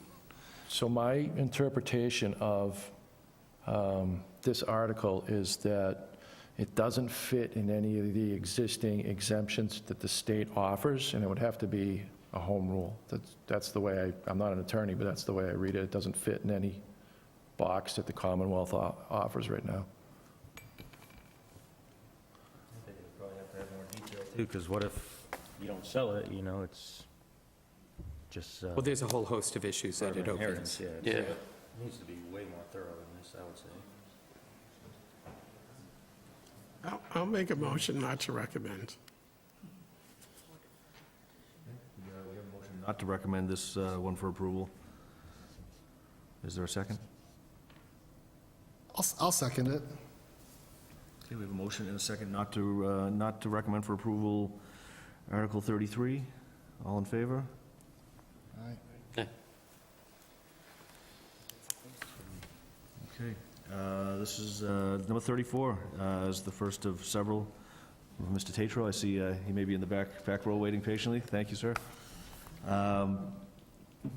It's number 34. Soliciting bylaw.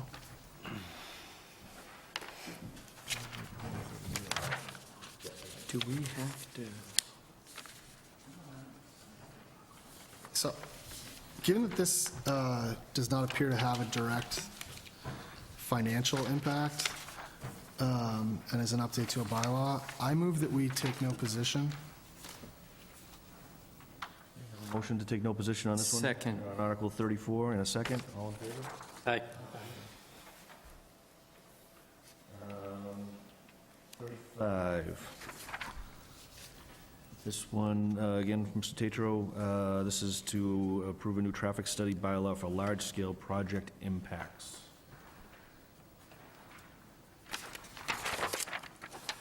I suspect this would have like indirect economic impact on the town, but again, I don't see it like a direct expenditure or effect of the budget, so I move that we take no position on Article 35.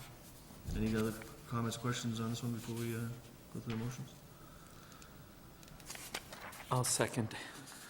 Okay, we have a motion and a second to take no position on Article number 35. All in favor?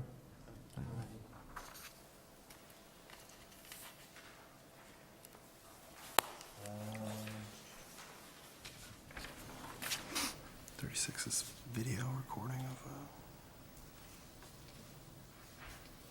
all decision-making bodies. So Article 36, again, Mr. Tatros, this is, see if the town meeting will vote to approve that all decision-making boards and commissions shall be televised and recorded for replay and archival purposes, to include ARPA water commissioners and other boards as needed. I don't believe this one has any financial, but... Well, I think it does have a financial impact, and I'll tell you why. Because the payroll for these individuals that come to our meetings, and I would think that when we're going through the budget, that for the $300, $400, $600, $1,000, $2,000, $4,000 that we see on the line item for their time that they're spending going from room to meeting, that there are boards that are not televised, and I think we would see a direct impact in the budget. We don't have a number to work with today, so I'm going to say defer to the petitioner, but I would just make the observation that if it passes, it does have a financial impact, because it would mean that there would have to be available to work more hours. That's my only observation. Mr. Tatro, did you want, you're welcome on, absolutely, sir. Patrick, okay, you're just clear, you're talking about the town employees having to go? You know, like Rick, who Yeah. comes to our meeting and the selectmen meeting and stuff like Okay. that, and then the other gentlemen that float with them, yes. Fair enough, thank you. So this would not add any meetings to anybody's schedule. This is going to be required that they televise the current meeting. So they might have one at Thursday, third Thursday of the month at 9 a.m.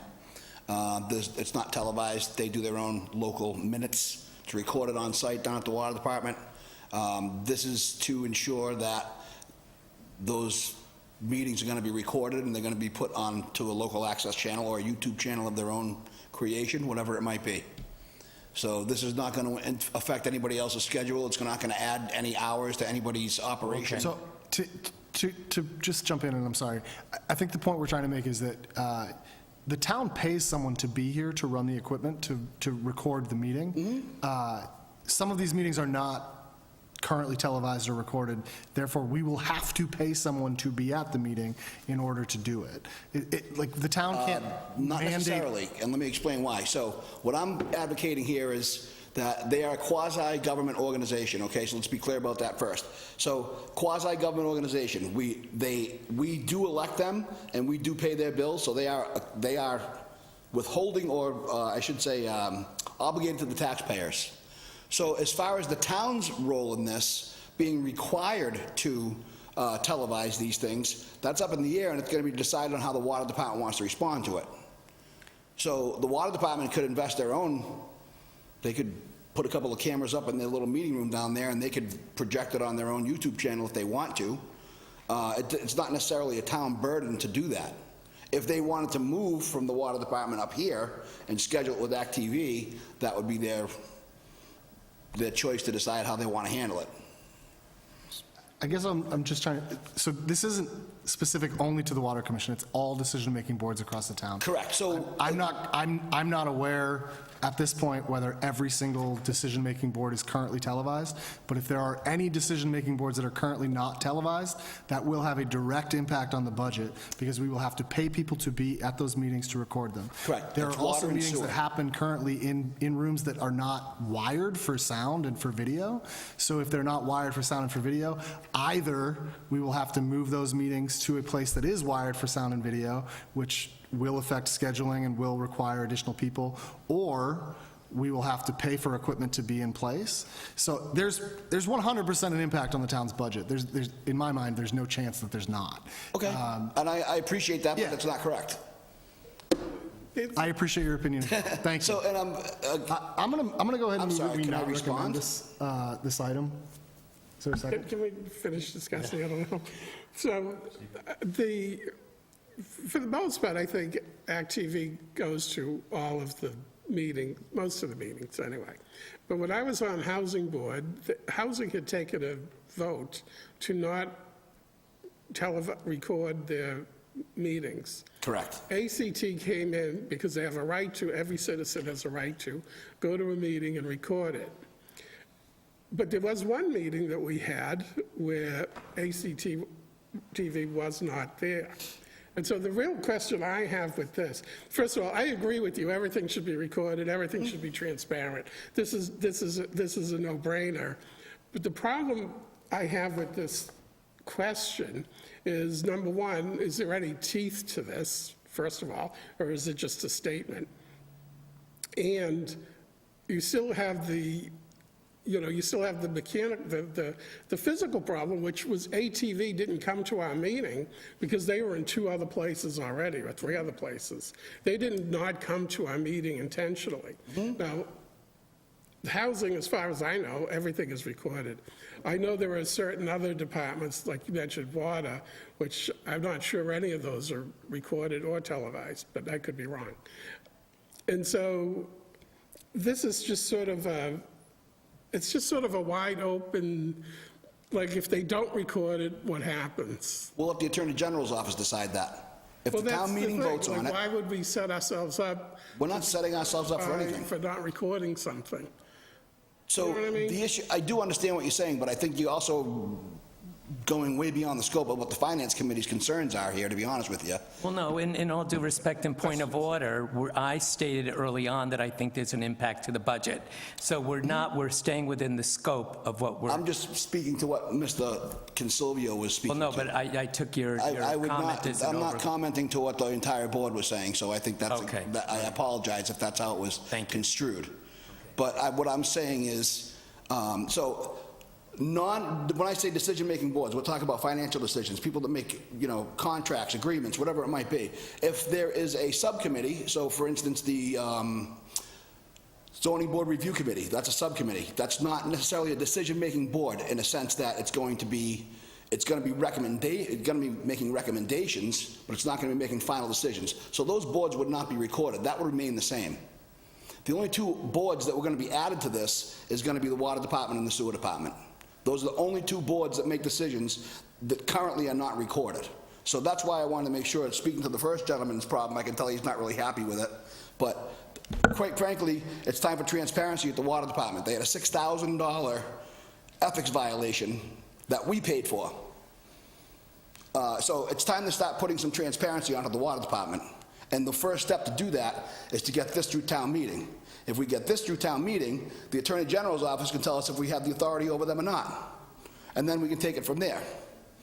So that's really what the purpose of this is.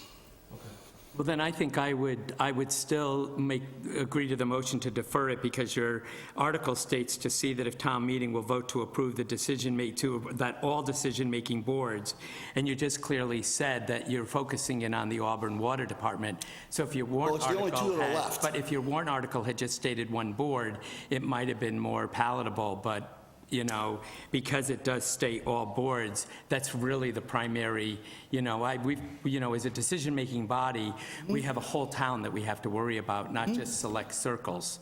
And so because this does say all decision-making boards, and we have an impeccable cable group that just, for nothing, marches around this town day after day, week after week, month after month, year after year, volunteering and giving so much of themselves already, that there would be an impact on it financially, because they would be expected, and that's why it's saying all boards. There's other boards forming. We just had a conversation at our Finance Committee a couple of weeks ago about other boards that are forming now, and people that are in hybrid roles so that they can support those boards. What other boards are forming? Well, one of them's an Economic Development Committee, another, there are others. I mean, just open up your quarterly newsletter from the town and everything. There's constant activity going on in the town now. And again, if they're not decision-making boards, if they're recommendation-making boards, they're not going to be recorded. Yeah, but I think that's left for interpretation, sir. It's not left to interpretation, because all we're doing is changing the current bylaw. So the current bylaw states every board can make its decision on whether or not it's going to be recorded or not. All we're doing is eliminating that. Boards will no longer have that choice. If they're a decision-making board, they're going to be recorded. That's it. Okay. I think you've given the explanation of that. If we have specific questions, Andrew? I'm confused as well. I mean, are we talking about the Water Commission, or are we talking about all boards? I mean, I agree, it's broad scoped. But I think that's up for town meeting to interpret. I guess. For our purposes, I'm sorry. No, okay. So, on one sense, I understand in the traditional sense to have a room like this that is wired with cable and to YouTube there's a cost to that. There's a cost to staff, there's a cost. But nowadays in technology, this laptop in front of me, which is doing, in essence, on a limited scale, the same thing so I think it's worthy of discussion, but I think Mr. Tatro would probably be, like we started right at the beginning, I think Mr. Tatro would be the one to make that argument in front of, or presentation rather, not argument. I'm going to certainly make myself available to the town meeting. I'm not a town meeting member, so whether or not they would accept my invitation, I have no idea. Rules of order, But, I mean, that's the purpose of it, transparency. You did make a motion to defer to the petitioner? No, I made a motion not to recommend. Not to recommend. I'll second that. Okay, we have a motion and a second not to recommend Article number 36. All in favor of that one? Okay. George, defer.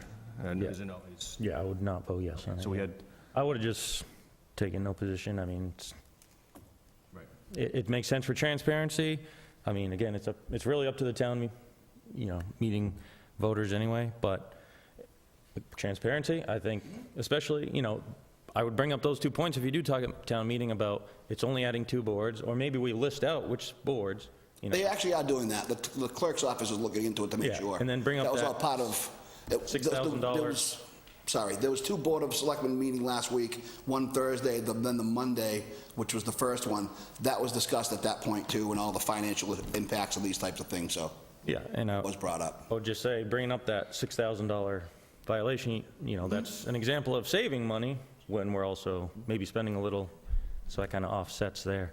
One way or the other, we have to start cracking the egg and finding out what's going on in the water department. Bottom line is, so it starts somewhere, has to start somewhere. Whether or not this passes or not, that's welcome, that's fine, I understand, that's part of the process. I'll just go to the next thing. But at some point or another, we have to start having accountability in our water department. So it starts somewhere. Okay. Thank you on Article 36. If you want, Mr. Tatro, we'll jump ahead just while you're here. Nope, apparently not. I'm sorry. You do have one more. I have another one? I think, Number 38. Yeah, 38, multi-unit apartment. No, that one I thought got canceled, did it not? That one get withdrawn? You have to pull it if you want to cancel it. You have to. Oh, I didn't realize, I honestly did not realize that, okay. Go ahead. You wouldn't be able to withdraw with us, but I thought, because quite honestly, it was discussed at the selectmen's meeting, and they voted, I thought not to move it in favor, so I thought that was actually gonna kill it, to tell you the truth. Okay. I didn't even know I was gonna I don't discuss think that they one. have the authority to kill it, because it's a citizen's petition. Okay, honestly, like I said, this is the first time I've done this, so I really didn't know, to tell you the truth. so that's easy. So We can- I'll just make a motion right now to not take a position. This does not have a direct financial impact, much like the Second. others. Motion and a second on number 30, Article number 38, to Did not take no take a position. right. All in favor? Aye. We good? Good. Thank you, sir. Thank you. Thank you. Okay, number 37, we do have, I believe, 1 or 2 people online that were, the petitioner, I think Mohammed Mustafa is online. And I think, Danielle was the other party was, Yep. as well? Yes. Saeed Tahir? Dr. Said. Dr. Saeed. I'm sorry, let me just get back to number 37? 37.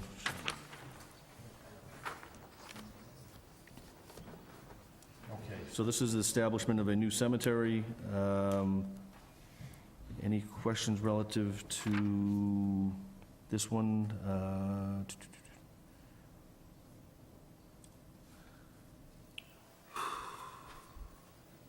So I will just say I am in support of this, but since it does not have a financial impact on the town, to be consistent with the position that I've taken others, I will make a move not to take a position at this time. Second. Any questions before we take, we've got a motion and a second to take no position on this one. And, we discussed it. All in favor? Aye. Thank you, gentlemen, for standing by and waiting online, but at this point, we're going to take no position on this one, and you'll be able to, it'll be presented at town meeting. Thank you for joining us. Oh, I know this one. Okay, number 39. So, did you want to state anything to this, because you are the petitioner on this one, do you want? Sure. I mean, I think the conversation we Relative just to the committee, had. are you recusing yourself relative to the discussion relative to this? Did you want to did you want to present on it? I mean, I can go stand over there if you want to discuss it. Do that just for Sure. optics. Just just- here, decorum. Thank you. And I will with, obviously, my phone.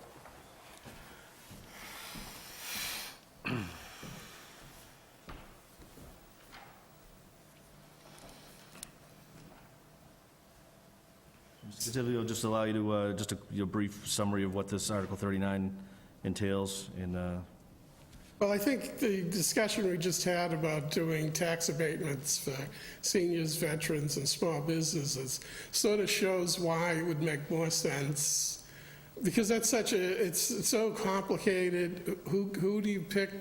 Who gets better favoritism or not favoritism, or who has bigger needs than the other person? I think property tax simply is it belongs in the dustpan of history. It simply doesn't work. We're trying to guess what a property is worth based on the person who's living in it. It's not worth what the market says, because they're just trying to survive day to day. And then you get the other problems of the town could take their property for not paying their taxes. Like, all of this stuff would just go away. It would just make life much more simple. We have 3 levels of government. We have 3 different types of taxes. We have an income tax, a sales tax, and a property tax. And we just simplify stuff. Very, like Thoreau said, simplify, simplify. That's really all we're trying to do. It's not going to change the revenue. We're still going to have to come up with a complicated formula of how to get the $68 million. But you can do a progressive thing in the income tax that you cannot ever possibly do through a property tax. And that's really the simplest way to explain it. Any questions relative to Article 39? Many. But I will save them for another day. Do we have any, if we have no questions, do we have a motion relative to Article 39? So, I guess, I don't even know how to approach this from a finance committee perspective.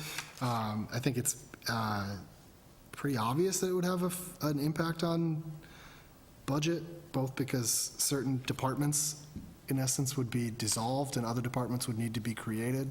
I think it also, despite the, again, attempt to sort of talk about this as a revenue neutral idea, eliminating the tax base does eliminate all of the all of our ability to collect property taxes. So I feel like we sort of have to take a position on it. And my own position is, while I think that you are probably correct, this would in the end state be a fairer and more reasonable way to do it. I don't think that we are in a position to be able to do it. That is not what this article is doing. And that's fair. You are simply asking for the ability to talk to the legislature. Because the State House is not going to do anything without a little bit of clamoring on the side of the citizens. And if one town the State House is 140 people. The town meeting is, 100 and something. So if 110 people say, we would like to consider drastically looking at this problem, the State House has to pay attention, because we are as many numbers as the State House. Mr. Chair. I'm sorry. I'm still, Yeah, that's I'm trying to digest it myself. I want to just make an observation that this is a bold move, and I would want to mention that we have, I think, 351 or 355 communities here in the state of Massachusetts that all pay into, and the taxes into the state. And it's a formal process done through an audit, and there's a recap sheet. And a lot of times it also delineates a lot of the resources that come back to the states. There's such a large amount of formulaic, ingrained, and the system itself is just so complex that, I merit you on thinking of it. But I would also say that some people can live in a $3 million home because they choose to. And some people that have more money than, whoever could have a $40,000 home. So the minute that person has worked hard to get their millions and has a $40,000 home and is living very quietly, and the minute that you come for their pocketbook, I could assure you. So I think my observation is that the last thought I'll make, and then I can sum it up, is I believe in 1984, the State Justice Department blessed real estate on a cash basis as true value. So that means that our valuations, as they're merited, if my home is assessed or worth at $300,000, let's say, and that's actual cash value, and that's how valuations and assessments and comparisons and everything get done. When you get into areas of income, never mind the pension systems and the IRAs and the whole tax code, because, you know, let's just face it, there are people out there that make tons of money and they're constantly in the news because they've evaded paying any taxes. So I would just caution you that though it's impressive that you're looking for an alternative as someone in finance, I would be concerned because you can really, when you're looking at individuals' income, you're looking at their own personal wealth.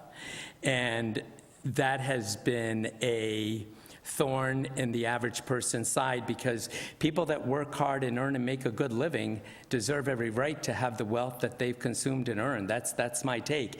If I've sent myself through school and college and I've studied and I was in the right place at the right time and my value is $30 billion, I'm already being punished for being that rich. There's other laws at the state level that do that.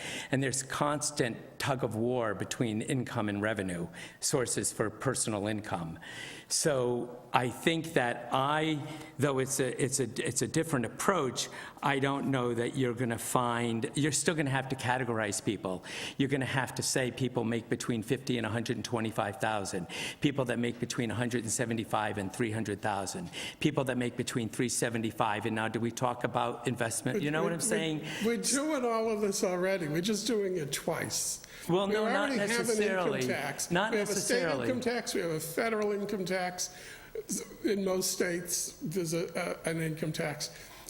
We're doing all of this already. Massachusetts already has a state tax. And everybody across the board, whether they make a lot of money or they don't make very much money, have to pay the state tax. But So that's not fair. The question, I'm not trying to give, you know, they made the same arguments, well, you couldn't get rid of the king. Because, you know, the king made all the decisions, the king knew everything, the king had the administration in place. You couldn't, the world would fall apart, the mob would not be ruling. You're making the same exact argument to make 250 years ago.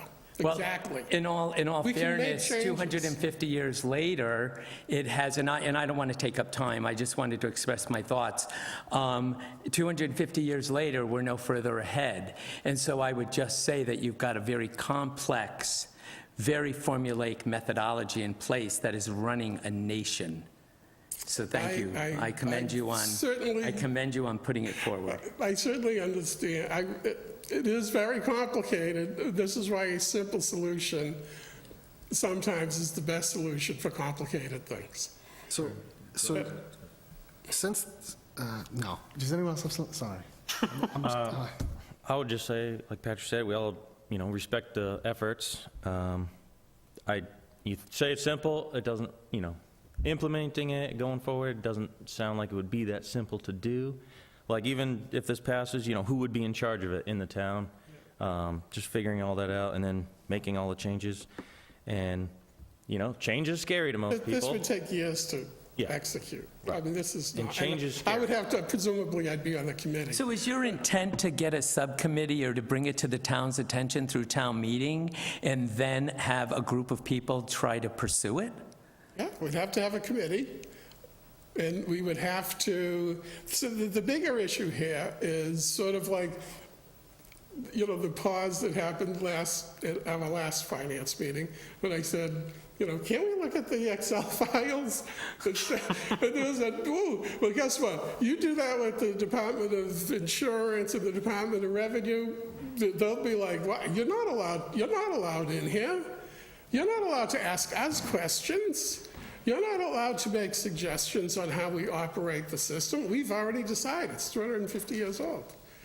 There is no there's nothing shy, I realize there is nothing shy about this proposal. However, if you knew more about how I understand the economy, it makes perfect sense that you have to change something at the lowest level. You have to change something at the town level if you're going to have any, what they're doing in Washington, the tariffs could be 100%. Oh, no, we're not going to have any tariffs today. Not for 90, like, wow, what are they doing, right?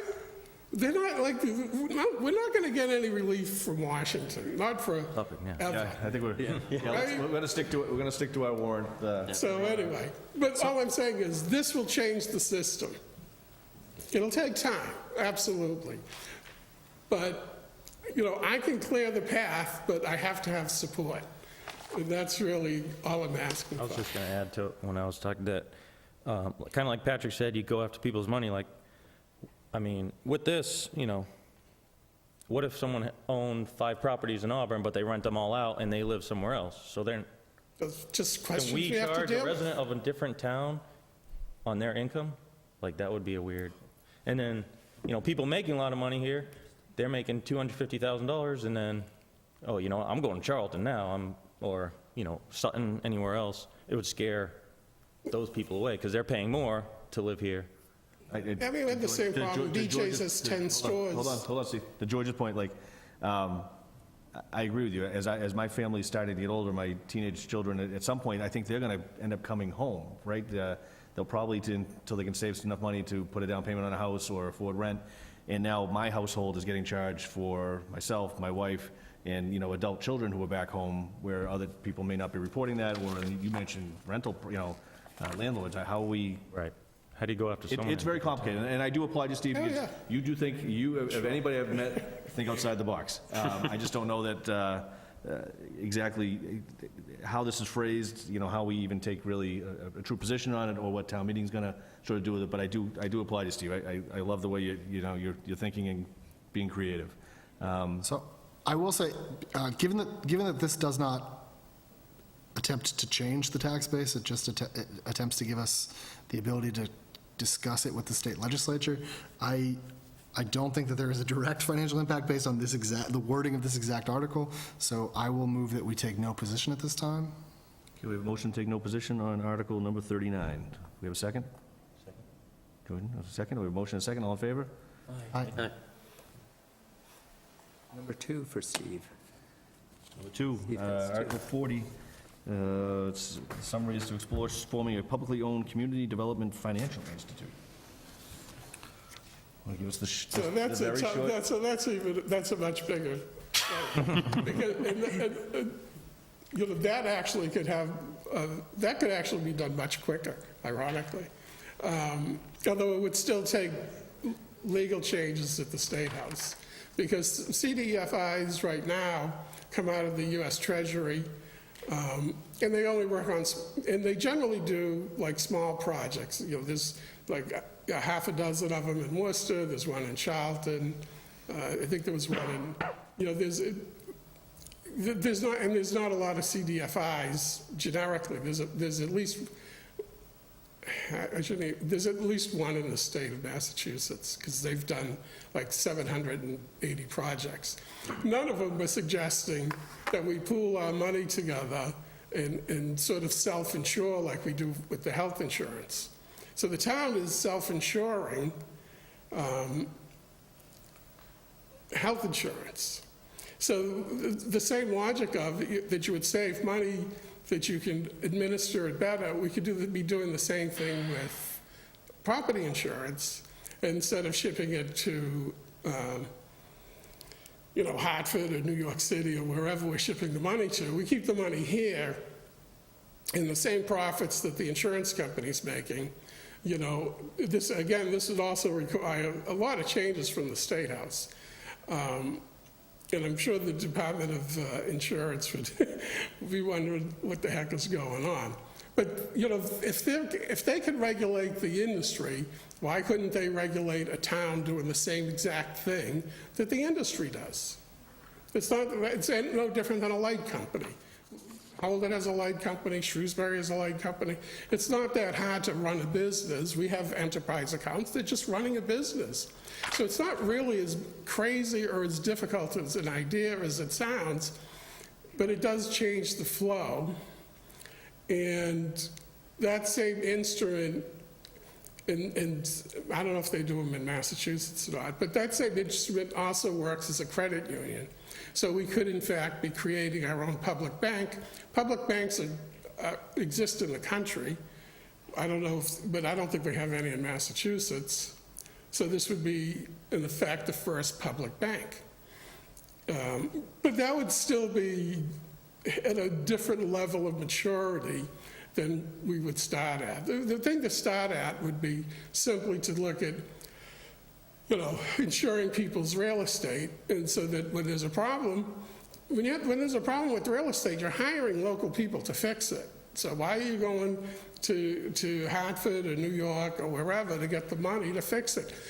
The insurance company isn't paying for anything. The subscribers are paying for it all. It's all, every business is just cost shifting, right? Like we tax the taxpayer is going to cost shift. The business is going to get money and cost shift it from their customers. I mean, the whole economy is just about cost shifting. But if you look at it in terms of the percentages and where the money is flowing, the money is trickling up, first of all, but it's also trickling into the banks and the insurance companies primarily. Hence why they dominate every skyline. So this is definitely a David versus Goliath idea for the town to take on the skyscrapers, essentially. Okay.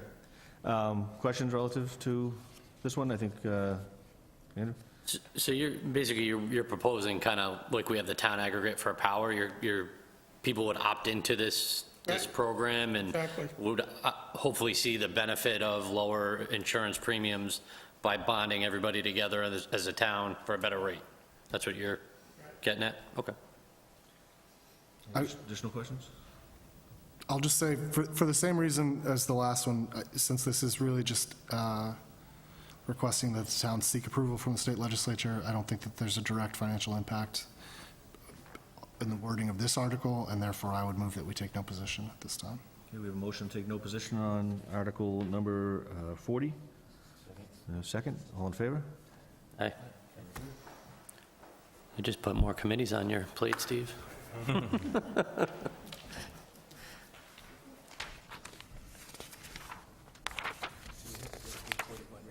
Oh, I want to say something about 41, because there is a cost implication. Okay. Number 41 is a lengthy one. It's titled Comprehensive Independent Audit of the Town of Auburn. I just want to mention on Article 41 that usually, in my experience as a seasoned professional of many decades who is retired in finance, that the only time I ever saw comprehensive audit was at the time of negligence. So I want to make first and foremost an observation that negligence means that which became public record years ago when the vocational school system got compromised and $13 million was stole by an internal treasurer. And even then, the audit was confined to just the elements surrounding the embezzlement. So when you're talking about doing a comprehensive independent audit, because first and foremost, our records are audited every year. And we've been very fortunate as a finance committee to have decades of incredible finance done in this town. So we're already going to be paying for an audit next year. We've had audits that could come around. We show we've never had anything negligent or a spotlight put on us. And so I question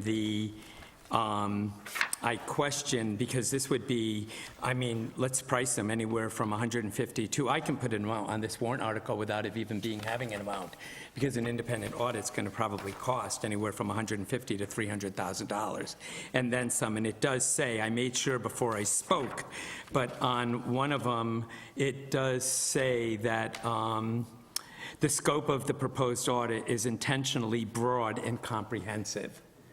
So therefore, without any reason to question what needs to be done or having a reason for questioning negligence, I would vote that we're not in support of this article, because as a finance board, I would say that if some of these things need to be addressed, that they should be addressed at the annual audits, and they should be compartmentalized and then brought back to the public. But to just outright do an independent audit out of the blue, it's unheard of. I've never heard of something like this. That's all I wanted to mention. Additional comments on this one? I'll just point out that there was a discussion earlier about the water department and some funds that were, I'm not even sure if it was funds were actually expended. It was more of a conflict of interest. But things do get caught, and I agree with Patrick that this might be, chasing a gnat with a sledgehammer kind of a thing. Yeah, I mean, just the fact that, and I don't think there's been any indication, there is a blank line that the town hereby appropriates the sum of, and it's a blank. It says placeholder in the warrant article. Do we have any indication that there is a number coming for that?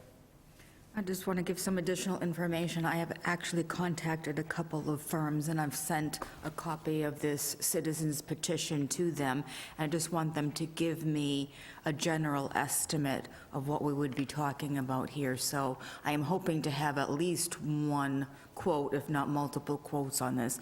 And I would agree with you. I think we're talking a very large number. Hundreds of thousands of dollars, yeah. And just to let you know, on Monday, April 14th, at the Board of Selectmen's meeting, the audit firm that we use, Scanlon and Associates, will be there to present the fiscal 2024 annual audit. And I have asked them to give a little bit more explanation about what an audit does, what it reports, just so that everyone can kind of hear about that as well.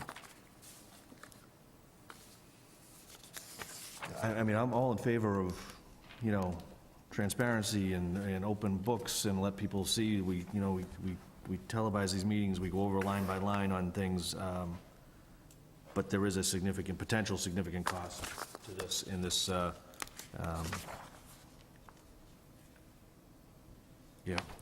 that's my concern on this one, without a number. And do we believe we might have a number prior to? Has there been any indication from the petitioner that we'll have a number to put in there before this is presented to town meeting? Or? The Chair, if I could, I'm actually doing the research on this, so I am hoping to have. No, not your number. The petitioner. The petitioner? Their article. The petitioner should be putting a number in there. The petitioner has to add a number to this article, and if they don't have a number to place in, then I don't think it's, It's full. It's a whole warrant, right? I don't think, if there's no number in there being supplied by the person or the petitioner, then I would say that's an incomplete warrant. Or at least, it certainly dictates, I think, the position I would be leaning towards relative to it. And it's not against audits, it's not against transparency, it's against the fact that there is a blank in there. We have blanks on the three from the school department, but we've been told by the school department that we would have them by the next meeting, therefore we pushed it off to before the, discussed before the meeting. On this one, I don't know that we have that same. I think in that case, we'd probably at least want to push it off and let the petitioner know that, and then we can always take a position on that. We're going to be at that meeting anyways, right? So, I mean, I don't disagree that this is a large undertaking that I don't know that would be willing to put that money towards. But I think in the interest of treating stuff the same that we have, it would probably behoove us to defer it to that meeting if, and let them get the opportunity to put that number together. And if we did do that, we potentially would have the petitioner's number. I like the idea of giving them the opportunity of the additional time, and then we would have your comparison number. So if they came back and said, oh, it's only 20,000, and you came back and said, Yeah. I reached out to 3 firms, and the starting point is 200,000, you could gauge that number as well, and the basis for that number, I guess, so. So I guess I make a motion to move or recommend. We would take no position and defer it to the meeting before the town meeting. Second. We have a motion and a second on Article number 41 to take no position at this time and to discuss it at the meeting right before the town meeting. All in favor? Aye. Very good.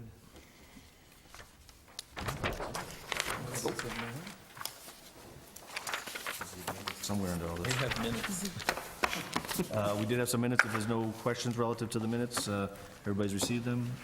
And I have to abstain from voting for those because I wasn't here.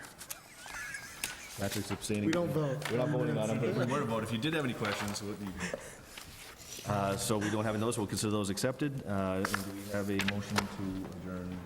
Motion to adjourn? Second. Motion and a second, all in favor? Aye. Very good, we're adjourned.